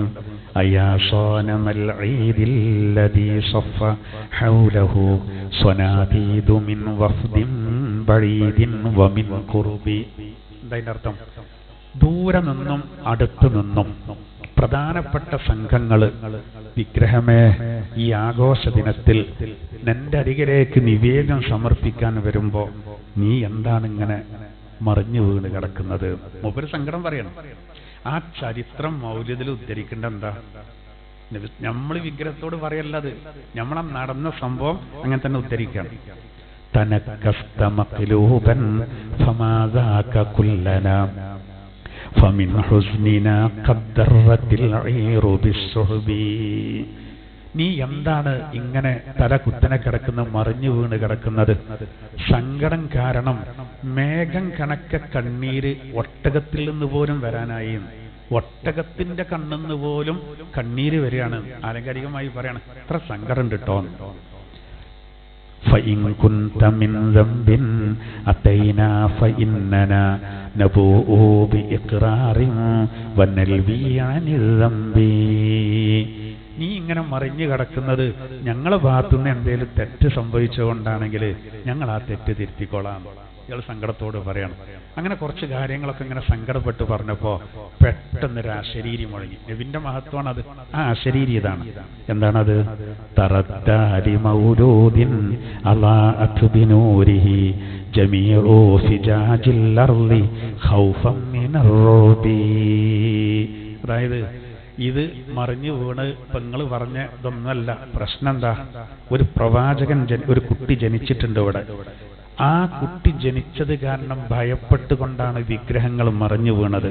മാത്രല്ല ഭൂമി മുഴുവനും ആ പ്രവാചകരുടെ പ്രകാശം അത് പരന്നിരിക്കുകയാണ്. മാത്രമല്ല വനാറു ജമീഇൽ ഫുർസി ഖദ് ഖാമിദത് ലഹു വഖദ് ബാത ശാഹുൽ ഫുർസി ഫീ അഅ്ലമിൽ കർബി. പേർഷ്യക്കാരുടെ അഗ്നികുണ്ഡം അണഞ്ഞു പോയിട്ടുണ്ട്. മാത്രമല്ല പേർഷ്യൻ ഭരണാധികാരി അദ്ദേഹം വളരെയധികം ദുഃഖിതനായിട്ടുണ്ട്. ഫയാല ഖുസയ്യിൻ ഇർജിഉ അൻ ദലാലികും വഹുബ്ബു ഇലൽ ഇസ്ലാമി വൽ മൻസിലിർ റഹ്ബി. അതുകൊണ്ട് ഖുസയ്യ് ഗോത്രക്കാരെ, നിങ്ങളുടെ ഈ വഴികേടിൽ നിന്നും മടങ്ങിയിട്ട് സമാധാനത്തിന്റെ വഴിയിലേക്ക്, ഇസ്ലാമിന്റെ വഴിയിലേക്ക് മടങ്ങിക്കോളൂ. ഇതന്ന് നടന്നൊരു അത്ഭുതമാണ്. എന്ന് പറഞ്ഞാൽ ഈ ബഹുദൈവ വിശ്വാസി വിഗ്രഹം നബിതങ്ങൾ പ്രസവിക്കപ്പെട്ടപ്പോൾ മറിഞ്ഞു വീഴപ്പോ അതിൽ സങ്കടപ്പെട്ട് കവിത ചൊല്ലിയപ്പോൾ ഇങ്ങനെ അശരീരി കേട്ടു. ഇത് വലിയൊരു സംഭവമല്ലേ? ഇത് വലിയൊരു ആ സംഭവം അങ്ങനെ തന്നെ ഉദ്ധരിക്കുകയാണ്. എന്നിട്ടാ പറയണ്ട്, നമ്മൾ ഈ വിഗ്രഹങ്ങളോട് ചോദിക്കുകയാണ്. നമ്മൾ അങ്ങനെ തന്നെ പറയാണ്. അപ്പൊ അങ്ങനെയാണ് ഇപ്പൊ നമ്മൾ പറയാണ്. ഇപ്പൊ എന്തെന്ന് അറിയങ്ങള് തപ്പത്ത് യഥാബിലം, ഞാനത് ഓതൂല. ആ ബൂലബ അത്രക്കും നബിനെ ശല്യം ചെയ്ത ആളാണ്. അയാളെങ്ങനെ ഖുർആനിൽ പറയാൻ പാടുണ്ടോ? അല്ല സഹോദര, എടുത്തുദ്ധരിക്കല്ലേ. ഉസ്മാൻ ഇബ്നുൽ ഹുവൈരിസിന്റെ ഈ സംഭവം പറയാതെ നബിയുടെ കഥ പൂർത്തിയാവൂല. നബിന്റെ ചരിത്രം പറയുമ്പോ ജനിച്ച സമയത്തുണ്ടായ അത്ഭുതം പറയുമ്പോ ഇത് പറയണ്ടേ? അയാൾ പാടിയതും പറഞ്ഞതും അതിന് മറുപടി കിട്ടിയതും. അബൂലഹബിന്റെ ചരിത്രം പറയാതെ നബിയുടെ ചരിത്രം പൂർത്തിയാകോ? അബൂലഹബിനെ പറ്റി പറഞ്ഞു. ഈ സന്ദർഭത്തിൽ നിന്ന് അടർത്തിയിരുത്ത വലിയ പ്രശ്നം. ഇത് സുന്യാള് പറയണമെന്നാ വരുത്തി തീർക്കണ്ടേ? നമ്മൾ വിഗ്രഹങ്ങളോട് പറയാന്നാ വരുത്തി തീർക്കണ്ടേ? അതിന് മുമ്പ് പറയുന്നുണ്ട് ആരാത് പറയേണ്ടത്. ആ സംഭവം ഉദ്ധരിക്കുകയാണ്. ഇപ്പോ ഇബ്രാഹിം നബി അലൈഹി ഖുർആൻ ഒരു ഭാഗത്ത് പറയുന്നുണ്ട്, ഇബ്രാഹിം നബി അലൈഹി സ്വലാത്തു വസ്സലാം ആൾക്കാരെ മുന്നിൽ നിന്ന് സൂര്യ ഉദിച്ചു നിൽക്കുമ്പോൾ അങ്ങനെ നോക്കിയിട്ട് പറഞ്ഞു, ഹാദാ റബ്ബി പറഞ്ഞു, അതാ എൻ്റെ റബ്ബ് പറഞ്ഞു. സൂര്യനെ ആരാധിക്കുന്ന ആൾക്കാർക്ക് ഭയങ്കര സന്തോഷമായി. കാരണം എന്താ? ഇയാളിപ്പോ നമ്മളെ ഗ്രൂപ്പ് അയക്കണത്. സൂര്യൻ അസ്തമിച്ചപ്പോ ഓലെ വിളിച്ചു പറഞ്ഞു. പിന്നെ ഞാൻ നേരത്തെ പറഞ്ഞു പിൻവലിച്ചുട്ടോ, റബ്ബാകുമ്പോ പോകാൻ പാടില്ല, അത് പോയല്ലോ. ആക്കിയനുല്ലേ, ഒരുമാതിരി ആക്കിയെന്നാ ഓൽക്ക് അപ്പളാ മനസ്സിലായത്. ഓലെ കാര്യങ്ങൾ ബോധ്യപ്പെടുത്താനാണ് നമ്മൾ സന്ദർഭത്തിൽ നിന്ന് നടത്തിയ വലിയ പ്രശ്നം. ഇപ്പൊ ഖുർആനിൽ ബഹുദൈവ ആരാധകർ പറഞ്ഞ ഒരുപാട് കാര്യങ്ങൾ അങ്ങനെ തന്നെ ഖുർആൻ പറയുന്നുണ്ട്. അത് മാത്രം എടുത്തുകാണ്ട് നമ്മളിത് ബഹുദൈവ വിശ്വാസികൾ പറയും പോലെ പറയണം, അല്ലെങ്കിൽ നമ്മൾ ദൈവങ്ങളോട് പറയണ അറിയാൻ പറ്റുമോ? ഇല്ല. അതും ഇത് എന്ത് വ്യത്യാസമുള്ളത്? അപ്പോൾ വെറുതെ ആശയക്കുഴപ്പത്തിലാക്കണം, സംഗതികൾ അറിയാതെ പറയണം. ഇബ്നു അബ്ബാസ് റളിയല്ലാഹു അൻഹു ഉദ്ധരിക്കുന്ന അതന്നല്ലേ ഒന്നാമത്തെ ഹദീസിൽ പറയുന്നത്. മങ്കൂസ് മൗലൂദ് ആരാ? സൈനുദ്ദീൻ മഖ്തൂർ റളിയല്ലാഹു അൻഹു. ബസറയ്ക്ക് ഈത്തപ്പഴം കയറ്റാ ചിലർ ഇവിടെ, ആ ഉണങ്ങിയ ഈത്തപ്പഴം ഇവിടുന്ന് ആ കൂറ അത്തമാർക്കുണ്ടല്ലോ ഏറ്റവും ലോക്കൽ. അതുപോലല്ലേ ഇവർക്കൊക്കെ പഠിപ്പിക്കാൻ ഒരുങ്ങിയാൽ. അപ്പോൾ ഞാൻ പറയുന്നത് എന്താ പറയുക, നമ്മളിതൊക്കെ ശരിക്ക് വിഷയം അറിഞ്ഞു കഴിഞ്ഞാൽ നമുക്ക് ഭയങ്കര റാഹത്തേക്കാറ്. പഠിക്കാൻ ശ്രമിക്കാത്തതുകൊണ്ടാണ് കുറേ ഈ ഉമ്മത്തിൽ വെറുതെ അഭിപ്രായ വ്യത്യാസങ്ങൾ, വെറുതെ അനാവശ്യമായ അഭിപ്രായ വ്യത്യാസം. ഇപ്പോൾ കാസർഗോഡൊക്കെ പറഞ്ഞാൽ ഈ ഭയങ്കര പ്രശ്നമാണ്. അവിടേക്ക് ഒരു പൊരി വാറിയാൽ പ്രശ്നീകരം. അവിടെ നിബിദിന ഘോഷയാത്ര വരുന്ന സമയത്ത് ആ ഘോഷയാത്രയിൽ ആ സ്കൗട്ട് സംഘം, ആ കുട്ടികൾ, അവിടെ ക്ഷേത്രമുണ്ട്, ആ ക്ഷേത്രത്തിലേക്കൊന്ന് തിരിഞ്ഞൊന്നൊരു സല്യൂട്ട് കൊടുത്തു. ഒരു ഹിന്ദു സഹോദരൻ അത് വീഡിയോ ആക്കി 2 ദിവസം കൊണ്ട് 25 ലക്ഷം ആൾക്കാരാണ് കണ്ടത്. അപ്പോൾ നമ്മളെ പ്രമുഖ ചാനലുകാർ ആ ഹിന്ദു സഹോദരനോട് ചോദിച്ചു, നിങ്ങളെ ഇതിങ്ങനെ വൈറലാക്കാൻ പ്രചോദനമായത് എന്തേ ചോദിച്ചു. അപ്പോൾ അദ്ദേഹം പറഞ്ഞത്, എൻ്റെ മുസ്ലിം സഹോദരങ്ങൾ ആ സല്യൂട്ട് കൊടുത്തപ്പോൾ എനിക്ക് രോമാഞ്ചം അനുഭവപ്പെട്ടു, ഞാനത് വീഡിയോ എടുത്തതാണ്. ഇതിൽ തെറ്റ് കാണാണ് ചിലർ ചികഞ്ഞന്വേഷിച്ച്. അപ്പം അതിപ്പോൾ അങ്ങനെ സല്യൂട്ട് കൊടുത്താൽ ക്ഷേത്രത്തിൽ ബഹുദൈവാരാധന അല്ലേ, അപ്പം അതിനൊരു സല്യൂട്ട് കൊടുത്താൽ അത് നമ്മൾ ബഹുദൈവാരാധനയെ പ്രോത്സാഹിപ്പിക്കലല്ലേ. അങ്ങനെ നോക്കി ഒന്നും നടക്കൂല. നബി സല്ലല്ലാഹു അലൈഹി വസല്ലം തങ്ങൾ പറഞ്ഞു, നിങ്ങൾ ആട്ടിൻ്റെ കറി വെക്കുമ്പോൾ വെള്ളം കുറച്ച് കൂട്ടിക്കൊണ്ട് അയലോക്കത്ത് കൊടുത്തോണ്ടിരുന്നു. ഇബ്നു അബ്ബാസ് റളിയല്ലാഹു അൻഹു നേരെ തൻ്റെ അടുത്ത ജൂതന് കൊണ്ടേ കൊടുത്തു ആട്ടിൻ്റെ കറി. അപ്പോൾ അന്ന് ഇങ്ങനത്തെ ആൾക്കാരും വാട്സപ്പും ഇല്ലാത്തതുകൊണ്ടാണ്. അല്ലെങ്കിൽ ഒരു ഇവിടെ മട്ടൻ എന്ന് പറഞ്ഞാൽ അത് വലിയ വിറ്റാമിനുള്ള സാധനമാണ്, അത് ശരീരത്തിന് ഭയങ്കര എനർജി കിട്ടും, അപ്പോൾ ബഹുദൈവാരാധനയ്ക്ക് ശക്തി കൂടൂലെന്ന് പറഞ്ഞാൽ മുംതഹന സൂറത്തിൽ ഓൽക്ക് നന്മ ചെയ്യാനും ഓരോട് സഹകരിക്കാനും ഖുർആൻ പറയുന്നുണ്ടാണ്. അപ്പോൾ അതൊക്കെയാണ് അതിൻ്റെ വൈക്ക് കൂടണം. ഇപ്പോൾ ചിലരൊക്കെ എങ്ങനെ പ്രചരിപ്പിക്കണമെന്നറിയോ, ഇതാ ഒരു ഘോഷയാത്ര, അതിൽ മാവേലിൻ്റെ വേഷം ധരിച്ചൊരാളുണ്ട്. ആ ഫോട്ടോ ഇങ്ങനെ കണ്ടിട്ട് എന്താ കരുത്, ഇതെന്താ ആഭാസാണ് റബ്ബേ, സത്യം മനസ്സിലാക്കണ്ടേ. അതെന്താ സംഭവം? നമ്മളെ ഘോഷയാത്ര പോകുന്ന സമയത്ത് വെള്ളിയാഴ്ച അന്ന് തന്നെയാണ് ഇവൾക്ക് ഓണം. അന്ന് മാവേലിൻ്റെ വേഷം ധരിച്ച ഹൈന്ദവ സഹോദരങ്ങൾ വരുമ്പോൾ ഒരു സൗഹൃദം എന്നുള്ള നിലക്ക് ഓല് നമ്മളായ ജാതിയിൽ ഒന്നൊന്ന് ഫോട്ടോക്ക് പോസ്റ്റ് ചെയ്താണ്. അല്ലാതെ ഓല് മങ്കൂസ് മൗലൂദ് ഓതികാണ്ട് പള്ളിയേക്ക് കയറി എന്നല്ല. ഓലെ അപ്പം ഒന്ന് ഫോട്ടോ എടുത്തുകൊണ്ട് ഓരോ വൈക്ക് പോയി. ഇത് സത്യം നമ്മൾ അറിയണ്ടേ. നീ വിമർശിക്കുന്ന ആളിപ്പോൾ റോഡിൻ്റെ സൈഡിൽ നിൽക്കുമ്പോൾ മാവേലി വേഷം ധരിച്ച ഒരാൾ വന്നിട്ട് മൗലവി നമസ്കാരം എന്ന് പറഞ്ഞാൽ ഇയാളെന്താ കാട്ടുക? പെരീക്കൊണ്ടോ? ഇല്ലല്ലോ, അവിടെ കൂല്ലേ. അതൊരാൾ ഫോട്ടോ എടുത്താൽ ആ മൗലവി ഇപ്പോൾ ഇയാൾ പോലെ രണ്ടാളും കൂടി ഒന്നാണെന്നാ. അല്ല, ആ സാഹചര്യം മനസ്സിലാക്കണ്ടേ. ഞാനാണെങ്കിലും അങ്ങനെ തന്നെ. ഇപ്പോൾ ഞാൻ റോഡ് സൈഡിൽ നിൽക്കുമ്പോൾ എൻ്റെ അടുത്ത് ഒരു വരേണ്ടത് ഫോട്ടോ എടുത്താൽ ഫോട്ടോത്തിനും ഉണ്ടാകാൻ കഴിയൂലല്ലോ. ആ ഫോട്ടോ കണ്ടെന്താ ഇത്രേ ഉള്ളൂ. ഇത് തെറ്റാകൽ എപ്പോഴറിയോ? നമ്മൾ ചെറുപ്പക്കാരൻ മീറ്റിംഗ് വിളിച്ചിട്ട് സൗഹൃദം ഉണ്ടാക്കാൻ വേണ്ടിയിട്ട് പള്ളുള്ളവരെ ആരാളുടെ കുട്ടികളെ നല്ല വയറുള്ളവർ പള്ളിക്കത്തെ കാതിയേരി വഹിക്കുകയാണ്. അപ്പോൾ ഒരു കുട്ടികളെ എനിക്ക് കുറച്ച് വയറുണ്ടായി കുടുങ്ങിക്കുകയാണ്, എന്നാൽ എന്നെ പുലിവേഷം കെട്ടാൻ പറ്റും. വയറ് കുറച്ചുള്ളവരെയാണ് വേണ്ടത്. ഈ മാവേലിക്ക് പറ്റിയ ഒരാളും വേണം. എന്നിട്ട് നമ്മൾ തന്നെ വേഷം കെട്ടിക്കാണ്ട് പോയാൽ അത് ആഭാസം. അത് ഹൈന്ദവ സഹോദരൻ തലയെ കെട്ടി താടി വെച്ചുകാണ്ട് ഓന് എന്ത് ചെയ്യാണ് നബിദിന പരിപാടി നടത്തും പോലെയാണ്. അത് ഞമ്മക്കും മോശമാണ്, ഓൽക്കും മോശമാണ്. ഈ പറഞ്ഞത് ഓൽക്കും മോശമാണ്, ഞമ്മക്കും മോശമാണ്. നേരെ മറിച്ച് ഓലെ വേഷത്തിൽ വരുമ്പോൾ നമ്മളോടൊന്ന് കൈ പിടിക്കുമ്പോഴേക്ക് അടുത്തുക്കുമ്പോഴേക്ക് ഒരു തേങ്ങ ഇവിടെ വരാനില്ല. ഒക്കെ പാടത് കൂട്ടിക്കലർത്തി പറഞ്ഞിട്ടാണ് പ്രശ്നം. അതിപ്പോൾ മാവേലിനോടുള്ളതുകൊണ്ടല്ല, നബിദിനത്തിന് എങ്ങനെയും ഒന്ന് എതിർക്കണം കരുതിയിട്ടാണ്. ഇപ്പോൾ ഒരു നബിദിന ഘോഷയാത്രയിൽ ഒരു 10 സെക്കൻഡ് റോഡൊന്ന് ബ്ലോക്കായ ചിലർ അസ്വസ്ഥത കാണിക്കും. ഇതാ ഞാൻ പറയുന്നത്, ഇത് പാടില്ല. ഇനി 5 മിനിറ്റ് ഓഡിറ്റോറിയത്തിൻ്റെ അടുത്ത് കല്യാണമാണ്, പുതിയ എണ്ണ വരികയാണ്, പുതിയ ആപ്പിൾ വരികയാണ്. അപ്പം എന്താ വണ്ടിയാണ് ഓഫാക്കിയിട്ടിട്ട് എങ്ങനെ ഇരിക്കും. ഇപ്പൊ ഒക്കെ എങ്ങനെയാണ്? ഒരു പ്രശ്നം ഉണ്ടാവില്ല, ഒരു പ്രശ്നം ഉണ്ടാവും. എല്ലാ ആഴ്ചക്കും ആ ഓഡിറ്റോറിയത്തിൻ്റെ അടുത്ത് പോവുകയാണെങ്കിൽ യാതൊരു പ്രശ്നം ഉണ്ടാവില്ല. കൊല്ലത്തിലൊരിക്കൽ നമ്മൾ പിന്നെ ബ്ലോക്ക് ആക്കണ്ട, ആൾക്കാർ വല്ലാതെ തിരക്കുണ്ടാവും. അപ്പോൾ സ്വാഭാവികമായിട്ട് വരേണ്ടതിന് എന്തിനാ ആക്ഷേപിക്കണ്ട? അത് ഇതിന് മാത്രമല്ലല്ലോ. മയ്യത്തുണ്ടാവുമ്പോൾ ചിലപ്പോൾ അങ്ങനല്ലേ, റോട്ടിലൂടെ മയ്യത്ത് കൊണ്ടുപോവുകയാണെങ്കിൽ വണ്ടി ഒന്ന് നിയന്ത്രിക്കേണ്ടി വരും. ഒരു ഘോഷയാത്രയിൽ ഒരു കുട്ടിൻ്റെ തുണി നെരിയാണ്ട് താഴത്തേക്ക് ഇറങ്ങുമ്പോഴേക്ക് എന്തായാലും ഇതുകൊണ്ടൊന്നും ഒരു കാര്യമില്ല. അവൻ്റെ തുണി ഉണ്ടില്ലേ, 1500 ആൾക്കാർ പങ്കെടുക്കേണ്ട ഒരു നബിദിന പരിപാടിയിൽ ഒരു കുട്ടിൻ്റെ തുണി ആവുമ്പോഴാണ് ആ കളിയാക്കേണ്ടത്. വെള്ളിയാഴ്ച പള്ളിക്ക് വരേണ്ട കുട്ടികളെന്ന് പരിശോധിച്ച് നോക്കി എത്ര ഉണ്ടാവും അങ്ങനെ. എന്തിനാണ് ഈ ജുമാന്ന് നമ്മൾ പറയലുണ്ടോ? അത് ശരിയാക്കാൻ നോക്കിയല്ലേ വേണ്ടത്. പിന്നെ ഈ തഴലീമുമാള്ളമല്ലാന്നുണ്ടാവും, അത് നമ്മൾ ശ്രദ്ധിക്കണം. നമ്മൾ പിന്നെ സുബൈൻ്റെ ജമാഅത്തിന് ഒരൊറ്റ നിന്നെ കാണൂല, അരങ്ങട്ടം അങ്ങോട്ട് വരുന്നതാണെന്ന് പറയണ്ട. ഓൻ ഇഖ്ലാസോട് കൂടെ വരികയാണെങ്കിൽ ഓൻ സുബൈൻ്റെ ജമാഅത്തിനും കൂടി വരാൻ കണ്ടുള്ള ഈമാൻ പഠിച്ചാൽ കൊടുത്തോളും. ഓനെ തളർത്താൻ ശ്രമിച്ചാൽ നമ്മളെ തളരുക. കാരണം എന്താ വെച്ചാൽ അള്ളാഹ് ബഹുമാനിച്ചതിനെ ബഹുമാനിക്കുക എന്നുള്ളത് വളരെ പ്രധാനമാണ്. ഇഖ്ലാസ് വളരെ പ്രധാനമാണ്. നമുക്കിതിങ്ങനെ വരച്ച് അല്ലെങ്കിൽ തുറന്നു നോക്കാനൊന്നും കഴിയൂല. ഇതിനൊക്കെ വളരെ ആത്മാർത്ഥീകാരം, വളരെ ആത്മാർത്ഥമായിട്ടേകാരം ചില കാര്യങ്ങൾ ചെയ്യുന്നത്. ഈ ആദരവ് വളരെ പ്രധാനമാണ്. അതില്ലാതെ നമ്മൾ എത്ര ഇബാദത്തെടുത്തിട്ടും കാര്യമില്ല. ഇതൊക്കെ നമ്മൾ ശ്രദ്ധിക്കേണ്ടതല്ലേ. അത് ഞാനിപ്പോൾ അതിൻ്റെ ടൈം ആയതുകൊണ്ട് പറയട്ടെ, നമ്മളൊക്കെ തെറ്റിദ്ധരിപ്പിക്കാൻ ഇഷ്ടംപോലെ ആളുകൾ ഉണ്ടായതുകൊണ്ട് നമ്മളതിൻ്റെ കാര്യം പറയും. ചിലർക്ക് പറഞ്ഞ് മനസ്സിലാക്കി കൊടുത്താൽ മനസ്സിലാവും. അത് മനസ്സിലാക്കാത്തതുകൊണ്ടാണ് ഇങ്ങനെ ഒരു തെറ്റിദ്ധാരണ ആണ്ട് തലയിൽ കയറി കുടുങ്ങിയാൽ പിന്നെ അത് രൂഢമൂലമായാൽ മാറ്റാൻ ഭയങ്കര പണിയേക്കാണ്, ഉൾക്കൊള്ളാൻ കഴിയൂല. അതുകൊണ്ടാണ്. അല്ലെങ്കിൽ ഇതൊക്കെ ഉള്ളിക്കണ് കയറി കഴിഞ്ഞാൽ ഒന്നുമില്ല. അപ്പൊ അള്ളാഹു പറയാണ്, തീർച്ചയായിട്ടും നിങ്ങൾക്ക് നൂറ് വന്നിരിക്കുന്നു. ആ നൂറാണ്, അത് സ്വഹാബത്തും ഉൾക്കൊള്ളത് കൊണ്ടാണ് മദീനയിലേക്ക് അള്ളാന്റെ തിരുദൂതർ കടന്നു വന്നപ്പോൾ തോലഅൽ ബദ്റു അലൈനാ മിൻ സനിയാതിൽ വദാഇ വജബ ശുക്രു അലൈനാ മാ ദഅ ലില്ലാഹി ദാഇ. അത് പാടാൻ കാരണം അതാണല്ലോ. അവിടെ നോക്കി നിങ്ങൾ, ബദ്ർദാ വരുന്നു എന്നാണ്. ബദ്ർദാ ഞങ്ങളിലേക്ക് ഉദിച്ചു വരുന്നു എന്ന് പറയുന്ന ആരറിയോ? 500-ന്റെ 600-ന്റെ ഇടയിലുള്ള മുഹാജിറുകളും അൻസാറുകളും. അവരാ പാടുന്നത്. തിങ്കൾ ഉദിച്ചു വരുന്നു.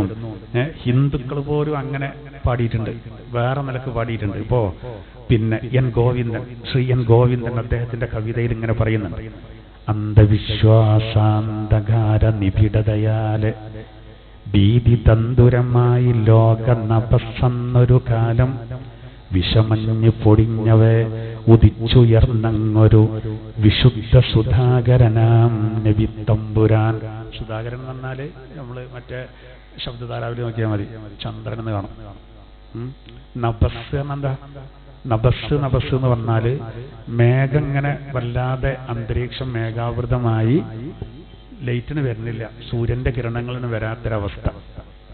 അദ്ദേഹം ആലങ്കാരികമായി പറയാണ്, അങ്ങനത്തെ ഒരു കാലത്ത്, അന്ധകാര നിബിഡമായ ആ കാലത്ത് പ്രകാശമായി വന്ന നബി തമ്പുരാൻ, ചന്ദ്രനെ പോലെ ബദർ, സുധാകരൻ. ആരാ പാടുന്നത്? ഗോവിന്ദൻ.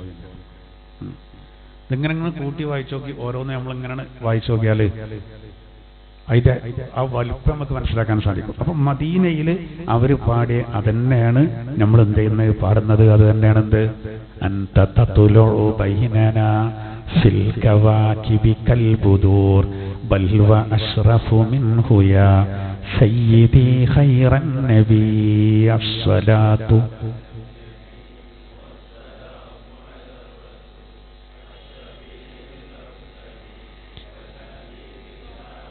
അതിൽ പറയുന്നത്, നബിയെ അങ്ങ് നക്ഷത്രങ്ങൾക്കിടയിൽ പൂർണ്ണ ചന്ദ്രനെ പോലെ ഞങ്ങളിലേക്ക് ഉദിച്ചു വന്നു. നക്ഷത്രങ്ങൾക്കിടയിൽ പൂർണ്ണ ചന്ദ്രനെ എത്ര വേറിട്ട് കാണും, അതുപോലെ നബിമാരുടെ കൂട്ടത്തിൽ ഏറ്റവും ഉത്തമനായ നേതാവെ അങ്ങ് അതിനേക്കാൾ വലുതാണ്. അതന്നെയുള്ളോ നബി തങ്ങൾ ജനിച്ച സമയത്ത് ഇപ്പൊ പറഞ്ഞല്ലോ അത്ഭുതം ഉണ്ടായത്, ആകെ പ്രകാശം. ഉലിദൽ ഹബീബു സയ്യിദുൽ മുതഅബ്ബിദു വന്നൂറു മിൻ വജനാതിഹി യതവഖദു. അത് ഈ നൂറുമായി ബന്ധപ്പെട്ട വളരെ പ്രധാനപ്പെട്ട മറ്റൊരു വരിയാണത്. മറ്റൊരു പ്രധാനപ്പെട്ട വരി, അതായത് പിന്നെ അള്ളാഹ്ക്ക് മാത്രം ആരാധിക്കുന്ന ഹബീബായ നബി പ്രസവിക്കപ്പെട്ടു. നബിയുടെ നെറ്റിത്തടത്തിൽ നിന്ന് ഒരു പ്രകാശം അതെന്തായി, ആ പ്രകാശം ആകെ പരന്നു എന്ന് പറഞ്ഞിട്ട് അതിൽ വരുന്നുണ്ട്. ഇപ്പൊ നമ്മള് മൗലിദിന്റെ കിതാബിൽ കാണുന്നത്, ഇന്ന ബൈതൻ അൻത സാകിനുഹു ലൈസ മുഹ്താജൻ ഇലസ്സുറുജി. അതിൽ പറയുന്നു, അങ്ങനെ നബി അങ്ങനെ വീട്ടിലുണ്ടായാൽ പിന്നെ അവിടെ വേറെ വിളക്കിന്റെ ആവശ്യമില്ല എന്നുള്ള. ബുസൂരി ഇമാം പറയുന്നത് എന്താ, فإنه شمس فاضل هم كواكبها يظهرن أنوارها للناس في الظلم مولاي صل وسلم.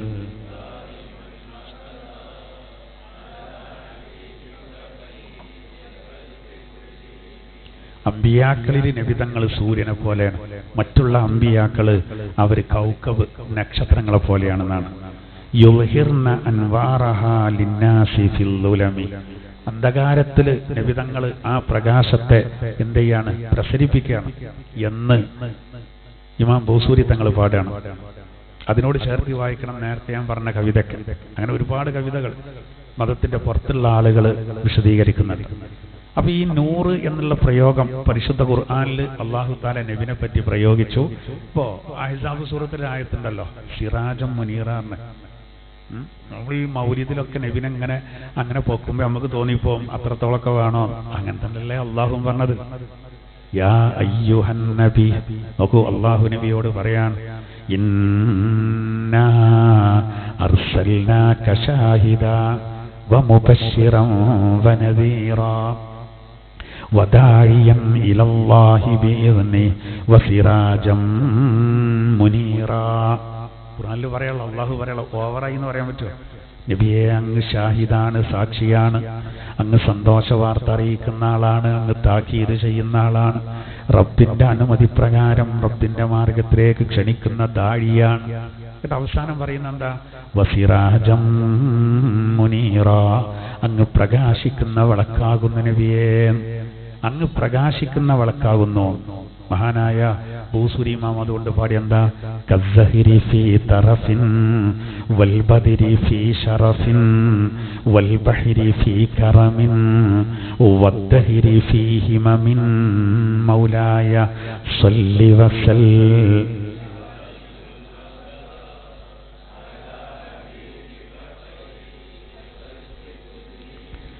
നബിയെ പറ്റി അദ്ദേഹം പറയാണ്, കസ്സഹിരി ഫീ തറഫിൻ, ഓമനത്തത്തിന്റെ വിഷയത്തിൽ അള്ളാന്റെ തിരുദൂതർ പൂ പോലെയാണ്. വൽബദിരി ഫീ ശറഫിൻ, മഹത്വത്തിന്റെ വിഷയത്തിൽ തിങ്കൾ പോലെയാണ്. ബദർ, തിങ്കൾ ഇങ്ങനെ ഉദിച്ചു നിൽക്കുമ്പോ 14-ാം രാവ് എങ്ങനെ എന്നതുപോലെ. വൽബഹരി ഫീ കറമിൻ, ഔദാര്യത്തിന്റെ വിഷയത്തിൽ നബിയെ അങ്ങ് കടൽ പോലെയാണ്. വദ്ദഹിരി ഫീ ഹിമമിൻ, മനക്കരുത്തിന്റെ വിഷയത്തിൽ അദ്ദേഹം കാലം പോലെയാണ്. ഒക്കെ വിശാലമായതാ പറയുന്നത്. ആരാ പറയുന്നത്? ബൂസൂരി ഇമാം. ഒരുപാട് വരികൾ. എന്നാൾ പറഞ്ഞ നമ്മളിപ്പോ മദീനത്തേക്ക് നബിതങ്ങൾ ചെന്നപ്പോ അവര് തലാൽ ബദ്രു പാടിയിട്ട് ആരും ഇരുന്നില്ലാന്ന. അതാണ് നമ്മളെ അഷ്റഖ ചെല്ലുമ്പോ എന്തെയ്യുന്ന എഴുന്നേറ്റിക്കുന്നത്. കാരണം രണ്ടും ഒരേ ഈണാണ്. അഷ്റഖൽ ബദ്രു അലൈനാ ഫഖ്തഫത് മിൻഹുൽ ബുദൂറു മിസ്ല ഹുസ്നിക മാ റഅയ്നാ ഖത്തു യാ വജ്ഹ സുറൂരി യാ നബി സലാം അലൈക്കും.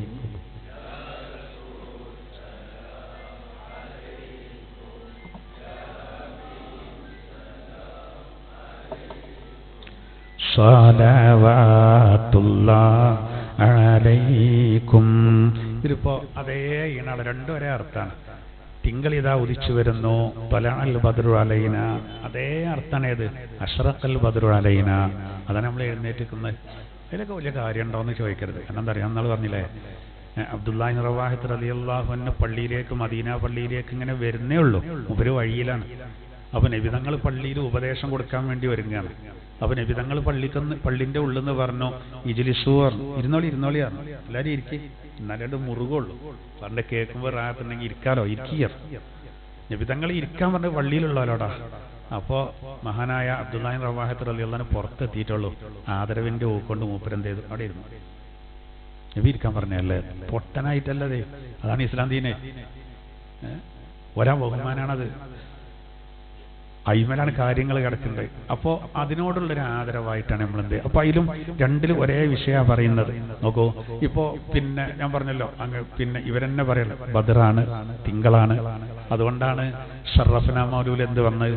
أنت شمس أنت بدر أنت نور فوق نوري أنت إكسير وغالي أنت مصباح صدوري يا نبي سلام عليكم يا رسول سلام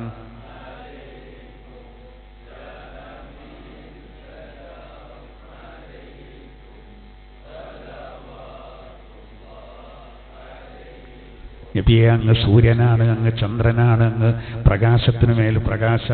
നേരത്തെ എന്താ പറഞ്ഞത്? ഞാൻ അള്ളാഹുവിൽ നിന്നാണ്, മുഅ്മിനീങ്ങൾ എന്നിൽ നിന്നാണ്. അള്ളാഹ് പറയാ അള്ളാഹു നൂറു സമാവാതി വൽ അർദ്. എന്നിട്ട് പിന്നെ അവിടെ പറയണത് നൂറുൻ അലാ നൂർ. ഒക്കെ കൂടി കൂട്ടി വായിച്ചോക്കെ. അങ്ങ് പ്രകാശത്തിനു മേൽ പ്രകാശമാണ്, അല്ല അങ്ങ് തങ്കാണ്, അതിനും മീതെയാണ്. أنت إكسير وغالي أنت مصباح صدوري. ഹൃദയത്തിലെ വിളക്കാണങ്ങ്. അപ്പൊ ഇതിൽ വരുന്നതൊക്കെ തന്നെ ഇപ്പൊ നമ്മൾ സലാമിയത്തൊക്കെ ചെല്ലുമ്പോൾ പാടില്ലേ, അസ്സലാമു അലൈക യാ നൂറൽ ളാലാമി അസ്സലാമു അലൈക യാ കുല്ലൽ മാറാമി അസ്സലാമു അലൈക യാ ദാഇൽ ഫലാഹി അസ്സലാമു അലൈക യാ നൂറ സബാഹി. അതൊക്കെ ഈ നൂറാണ് ഇതൊക്കെ വരുന്നത്. അതിൽ നബിയെ അങ്ങ് ഇരുട്ടിൽ നിന്നുള്ള പ്രകാശ.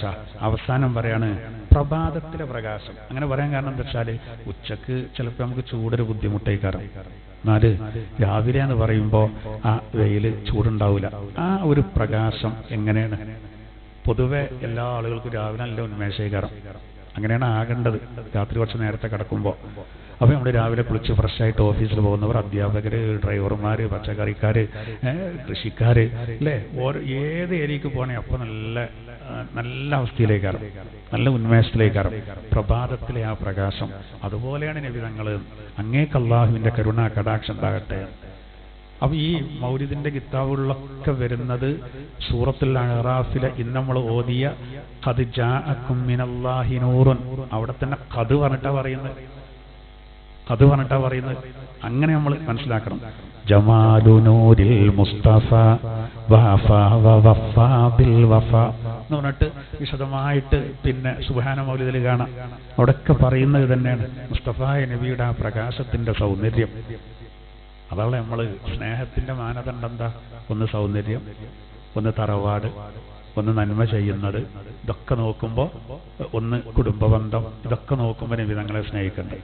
സൗന്ദര്യം ഏറ്റവും കൂടുതൽ അള്ളാഹ് കൊടുത്ത നബിതങ്ങൾക്കാണ്. നമ്മൾ കുടുംബബന്ധം നിലക്ക് നമ്മൾ ആണെങ്കിൽ ആത്മപിതാവ് അള്ളാന്റെ തീർച്ചയാണ്. അഹ്സാബ് സൂറത്തിൽ പറയുന്നുണ്ട്, സ്വന്തം പാനേക്കാളും വലുത് ആത്മപിതാവ് നബിതങ്ങളാണ്. നമ്മളമ്മാരെക്കാളും വലുത് നബിതങ്ങളുടെ ഭാര്യമാരുമാണ്, ഉമ്മാരാണെന്ന് പറഞ്ഞു.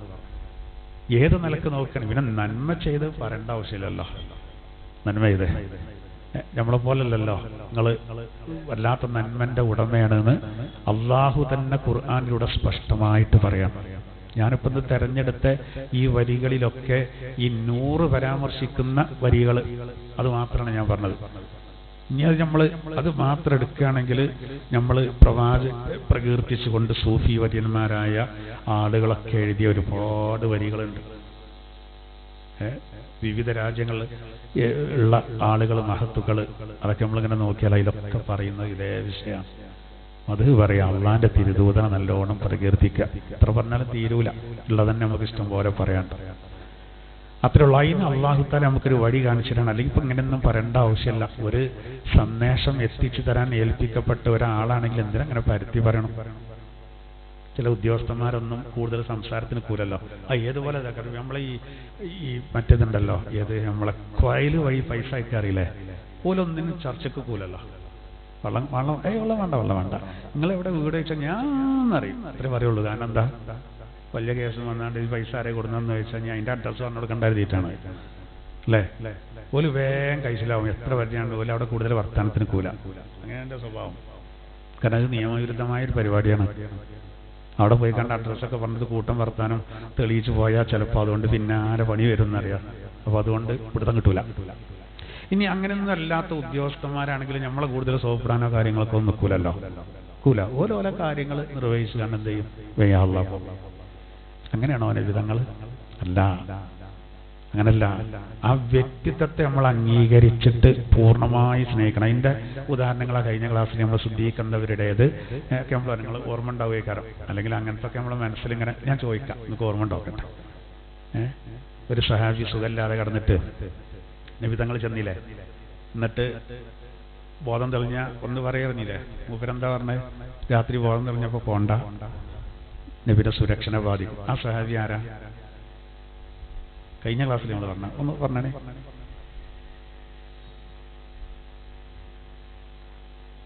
ഒരു സഹാബിനെ സുഖമില്ലാതായിട്ട് നബിതങ്ങൾ കാണാൻ ചെന്നു, ബോധമില്ല, തെളിഞ്ഞ എൻ്റെ അടുത്ത് വന്ന് പറയാന്ന്, നട്ടപാതിരൊക്കെ തെളിഞ്ഞു.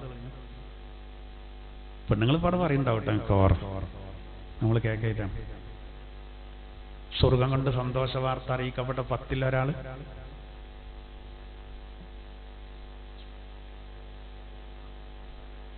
സമ്മാനം പാസ്സാക്കണം എന്നാ മനസ്സിലാക്കും. തൊള്ളി കടന്ന് കളിച്ചണല്ലേ? എന്നാ ഞാൻ ആ ബെയ്ത്തൊന്നും എല്ലായും നിങ്ങൾ തിരഞ്ഞെടുക്കണം കേട്ടോ. അല്ല, സഅദിൻ സഈദിൻ സുബൈരിൻ ത്വൽഹത്തിൻ വഅബി ഉബൈദത്തിൻ വബിനി ഔഫിൻ നാശിരിൽ കറമി. അൽഹംദുലില്ലാഹ്, അതാണ് ഈ തൊള്ളി കടന്ന് കളിച്ചത്. ത്വൽഹത്ത് ബിൻ ഉബൈദില്ല കേട്ടോ. അതൊക്കെ അവരൊക്കെ നമ്മൾ എന്ത് ചെയ്യണം, മാതൃകാക്കണം.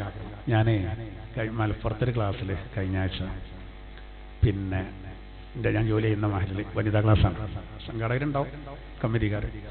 അപ്പോൾ ഞാൻ അവരോട് പറയുന്നത് 4 സമ്മാനം കൊടുന്നുകൊണ്ടിന്ന് പറഞ്ഞു. പെണ്ണുങ്ങൾക്ക് ഒരു കൂട് കൊടുത്തിട്ടില്ല. ഞാൻ പെട്ടെന്നാണ് ചോദിച്ചു, ഉത്തരം ഇങ്ങനെ വരിക, ആകെ 4 സമ്മാനമുള്ളത്, 4 കൊടുത്തു. അപ്പോൾ 3 വാങ്ങിയിട്ടുണ്ട് ഒരു സഹോദരിയാണ്. ആ സഹോദരി ഇവിടെ അടുത്തുള്ള സഹോദരിയാണ്. പിന്നെ ആ സഹോദരി മറന്റെ അപ്പുറത്തുനിന്ന് പറഞ്ഞു, ഞാൻ അവരെ വീട്ടിൽ പോയിട്ടുണ്ട് എന്നൊക്കെ പറഞ്ഞു, ഇവിടെ മരിച്ച വീട്ടിൽ പോയിട്ടുണ്ടെന്നൊക്കെ പറഞ്ഞു. അപ്പൊ അവര് 3 ചോദ്യത്തിന്റെ ഉത്തരം പറഞ്ഞു. കുറച്ച് ബുദ്ധിമുട്ടുള്ള ചോദ്യമാണ് ചോദിച്ചിരുന്നത്. അപ്പൊ നമ്മളെ സഹോദരിമാർക്കെല്ലാം പഠിക്കുന്നുണ്ടെന്ന് മനസ്സിലായി. അൽഹംദുലില്ലാഹ്, അത് സന്തോഷമുള്ള. നമ്മളിങ്ങനെ മനസ്സിലിങ്ങനെ തങ്ങി നിൽക്കണം ഇത്തരം കാര്യങ്ങളൊക്കെ. ചരിത്രം അങ്ങനെയുള്ള. അപ്പോഴാണ് നമുക്ക് എന്ത് ചെയ്യുക, ഓല റോൾ മോഡലാക്കണം. അല്ലാഹു തആല നമുക്കതിന് തൗഫീഖ് നൽകുമാറാവട്ടെ.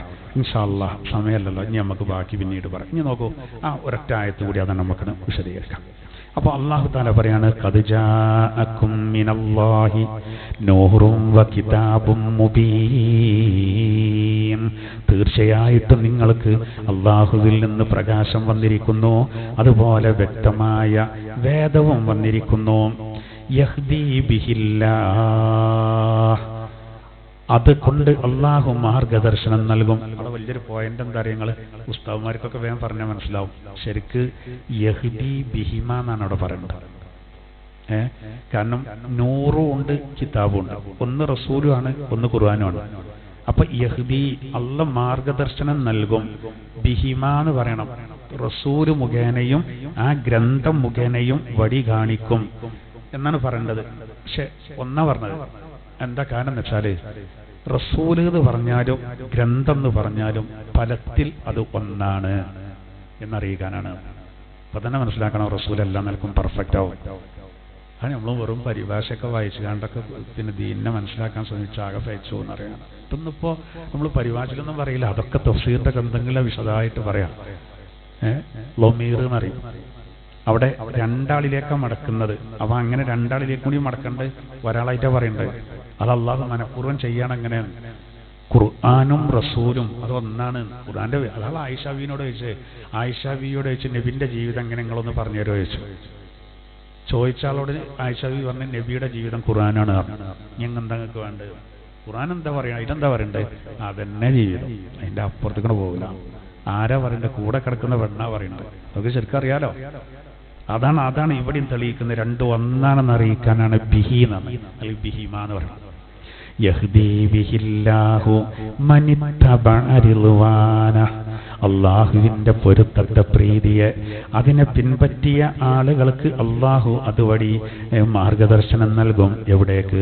സുബുലസ്സലാം, ശാന്തിയുടെ സമാധാനത്തിന്റെ മാർഗങ്ങളിലേക്ക്.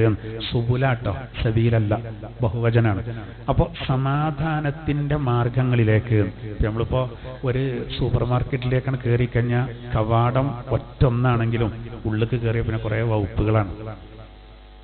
ഒരു ഭാഗത്ത് കുറേ പച്ചക്കറിയാണ്, ഒരു ഭാഗത്ത് ഫാൻസി സാധനങ്ങളാണ്, ഒരു ഭാഗത്ത് സോപ്പ് ഐറ്റംസുകൾ വേറെയാണ്, ഒരു ഭാഗത്ത് ബിസ്ക്കറ്റ് ഐറ്റംസുകൾ വേറെയാണ്. ഇങ്ങനെ വേർതിരിക്കുന്നത് പോലെ സമാധാനത്തിന്റെ വഴികൾ എന്ന് പറഞ്ഞതാണ്.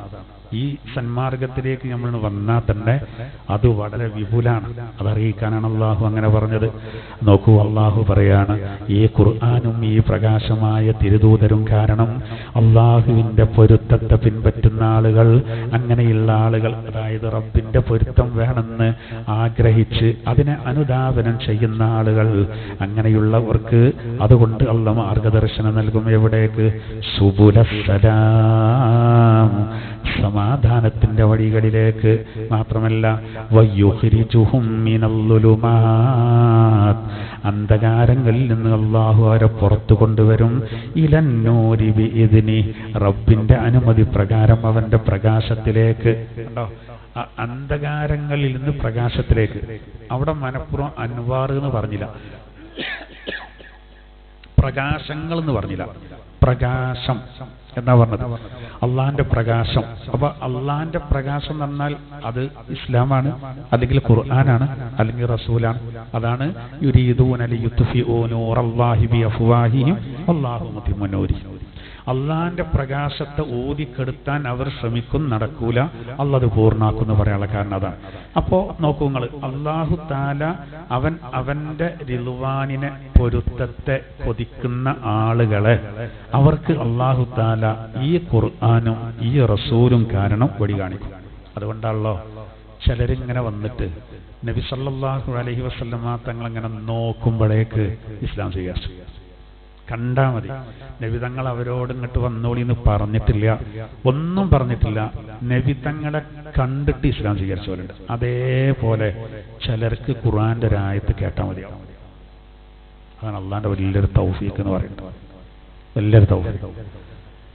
അതില്ലെങ്കിലോ എത്രയോ കണ്ടു അബൂജഹൽ, പക്ഷെ കാണുന്നത് റസൂൽ എന്നുള്ള നിലക്കല്ല, അബ്ദുള്ളാന്റെ മകൻ മുഹമ്മദ്. ആ നിലക്ക് കണ്ടാൽ അങ്ങനെ, ആ നിലക്ക് കണ്ട ആ മഹത്വം കാര്യങ്ങളൊക്കെ മനസ്സിലാക്കിയിട്ട് ആ ലെവലിൽ ചിന്തിക്കുമ്പോഴല്ലേ ഉൾക്കൊള്ളാൻ കഴിയുള്ളൂ. ആദ്യം തന്നെ മനസ്സിലെന്താ, ഇയാൾ കള്ളനാണ്, ആനത്തേനെന്ന് പറഞ്ഞിട്ടല്ലേ പോകുന്നത്. അതുപോലെ ഉൾക്കൊള്ളാൻ കഴിയില്ല. അല്ലെങ്കിൽ ചില ഭൗതികമായ താല്പര്യങ്ങളുണ്ടാവും, ഉള്ളിൽ ബോധ്യം വരാത്തോണ്ടല്ല, പക്ഷെ ശൈത്വാന്റെ കെണിയിൽപ്പെട്ടു. ദുന്യാവിനോടുള്ള സ്നേഹം ഇത് മതിയെന്ന് തീരുമാനിച്ചു. ഇവിടെ അള്ളാഹു താല പറയാണ്, അള്ളാഹു അവർ നോക്കൂ വഴി കാണിക്കുകയാണ് ഇത് മുഖേന. അങ്ങനെ അവര് അന്ധകാരങ്ങളിൽ നിന്ന്, ഇരുട്ടുകളിൽ നിന്ന് ഒറ്റ പ്രകാശത്തിലേക്ക് വരുന്നു. ബിഇദ്നിഹി, റബ്ബിന്റെ അനുമതി പ്രകാരം, വേണ്ടുക പ്രകാരമാകുന്നു അത്.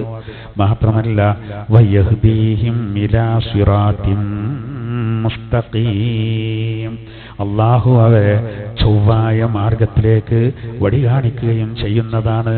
ഇതൊക്കെ പരസ്പരം ബന്ധപ്പെട്ട് കിടക്കുകയാണ്.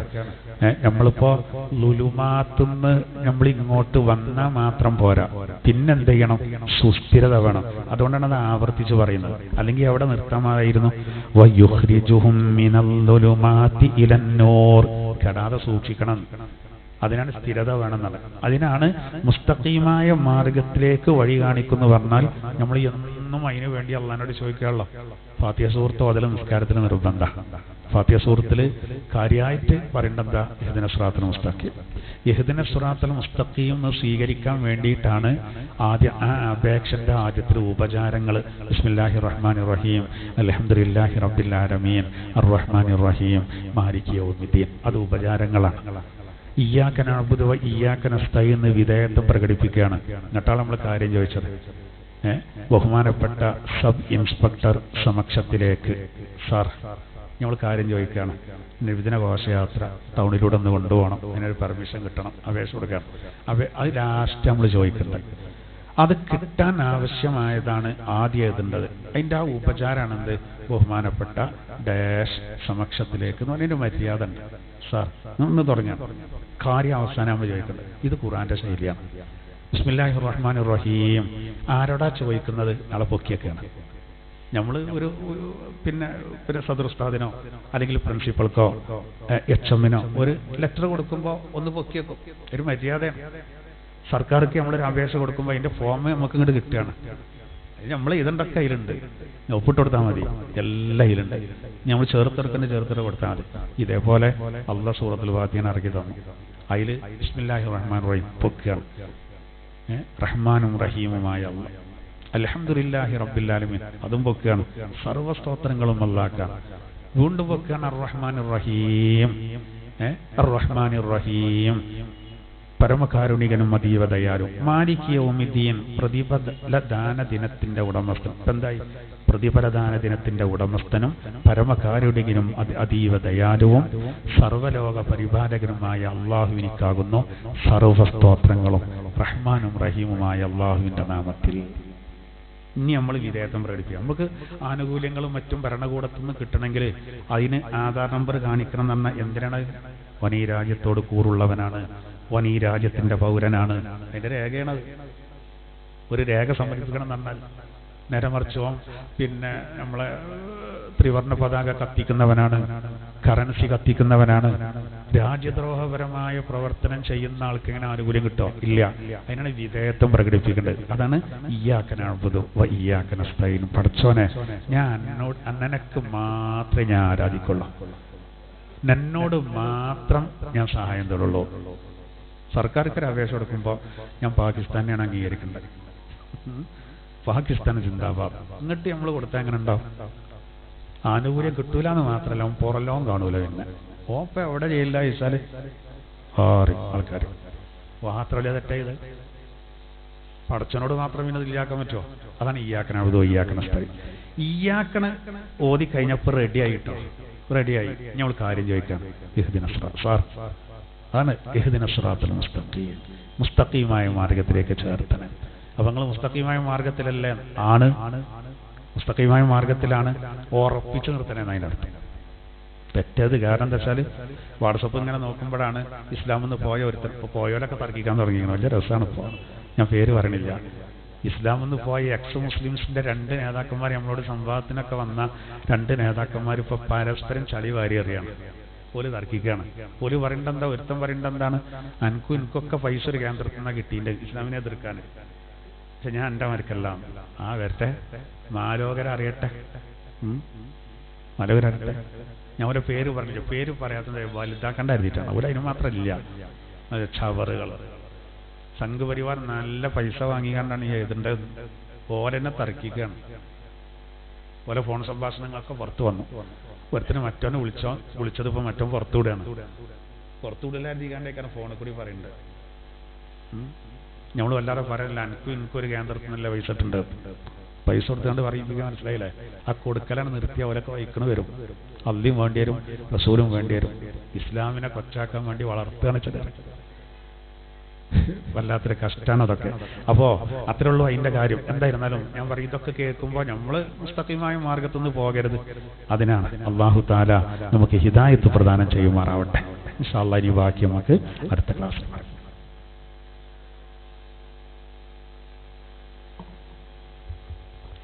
ബിസ്മില്ലാഹിർ റഹ്മാനിർ റഹീം. യാ അഹ്ലൽ കിതാബ്, വേദക്കാരെ, ഖദ് ജാഅക്കും റസൂലുനാ, നിങ്ങൾക്ക് നമ്മുടെ ദൂതൻ വന്നിരിക്കുന്നു, നമ്മുടെ റസൂല് വന്നു.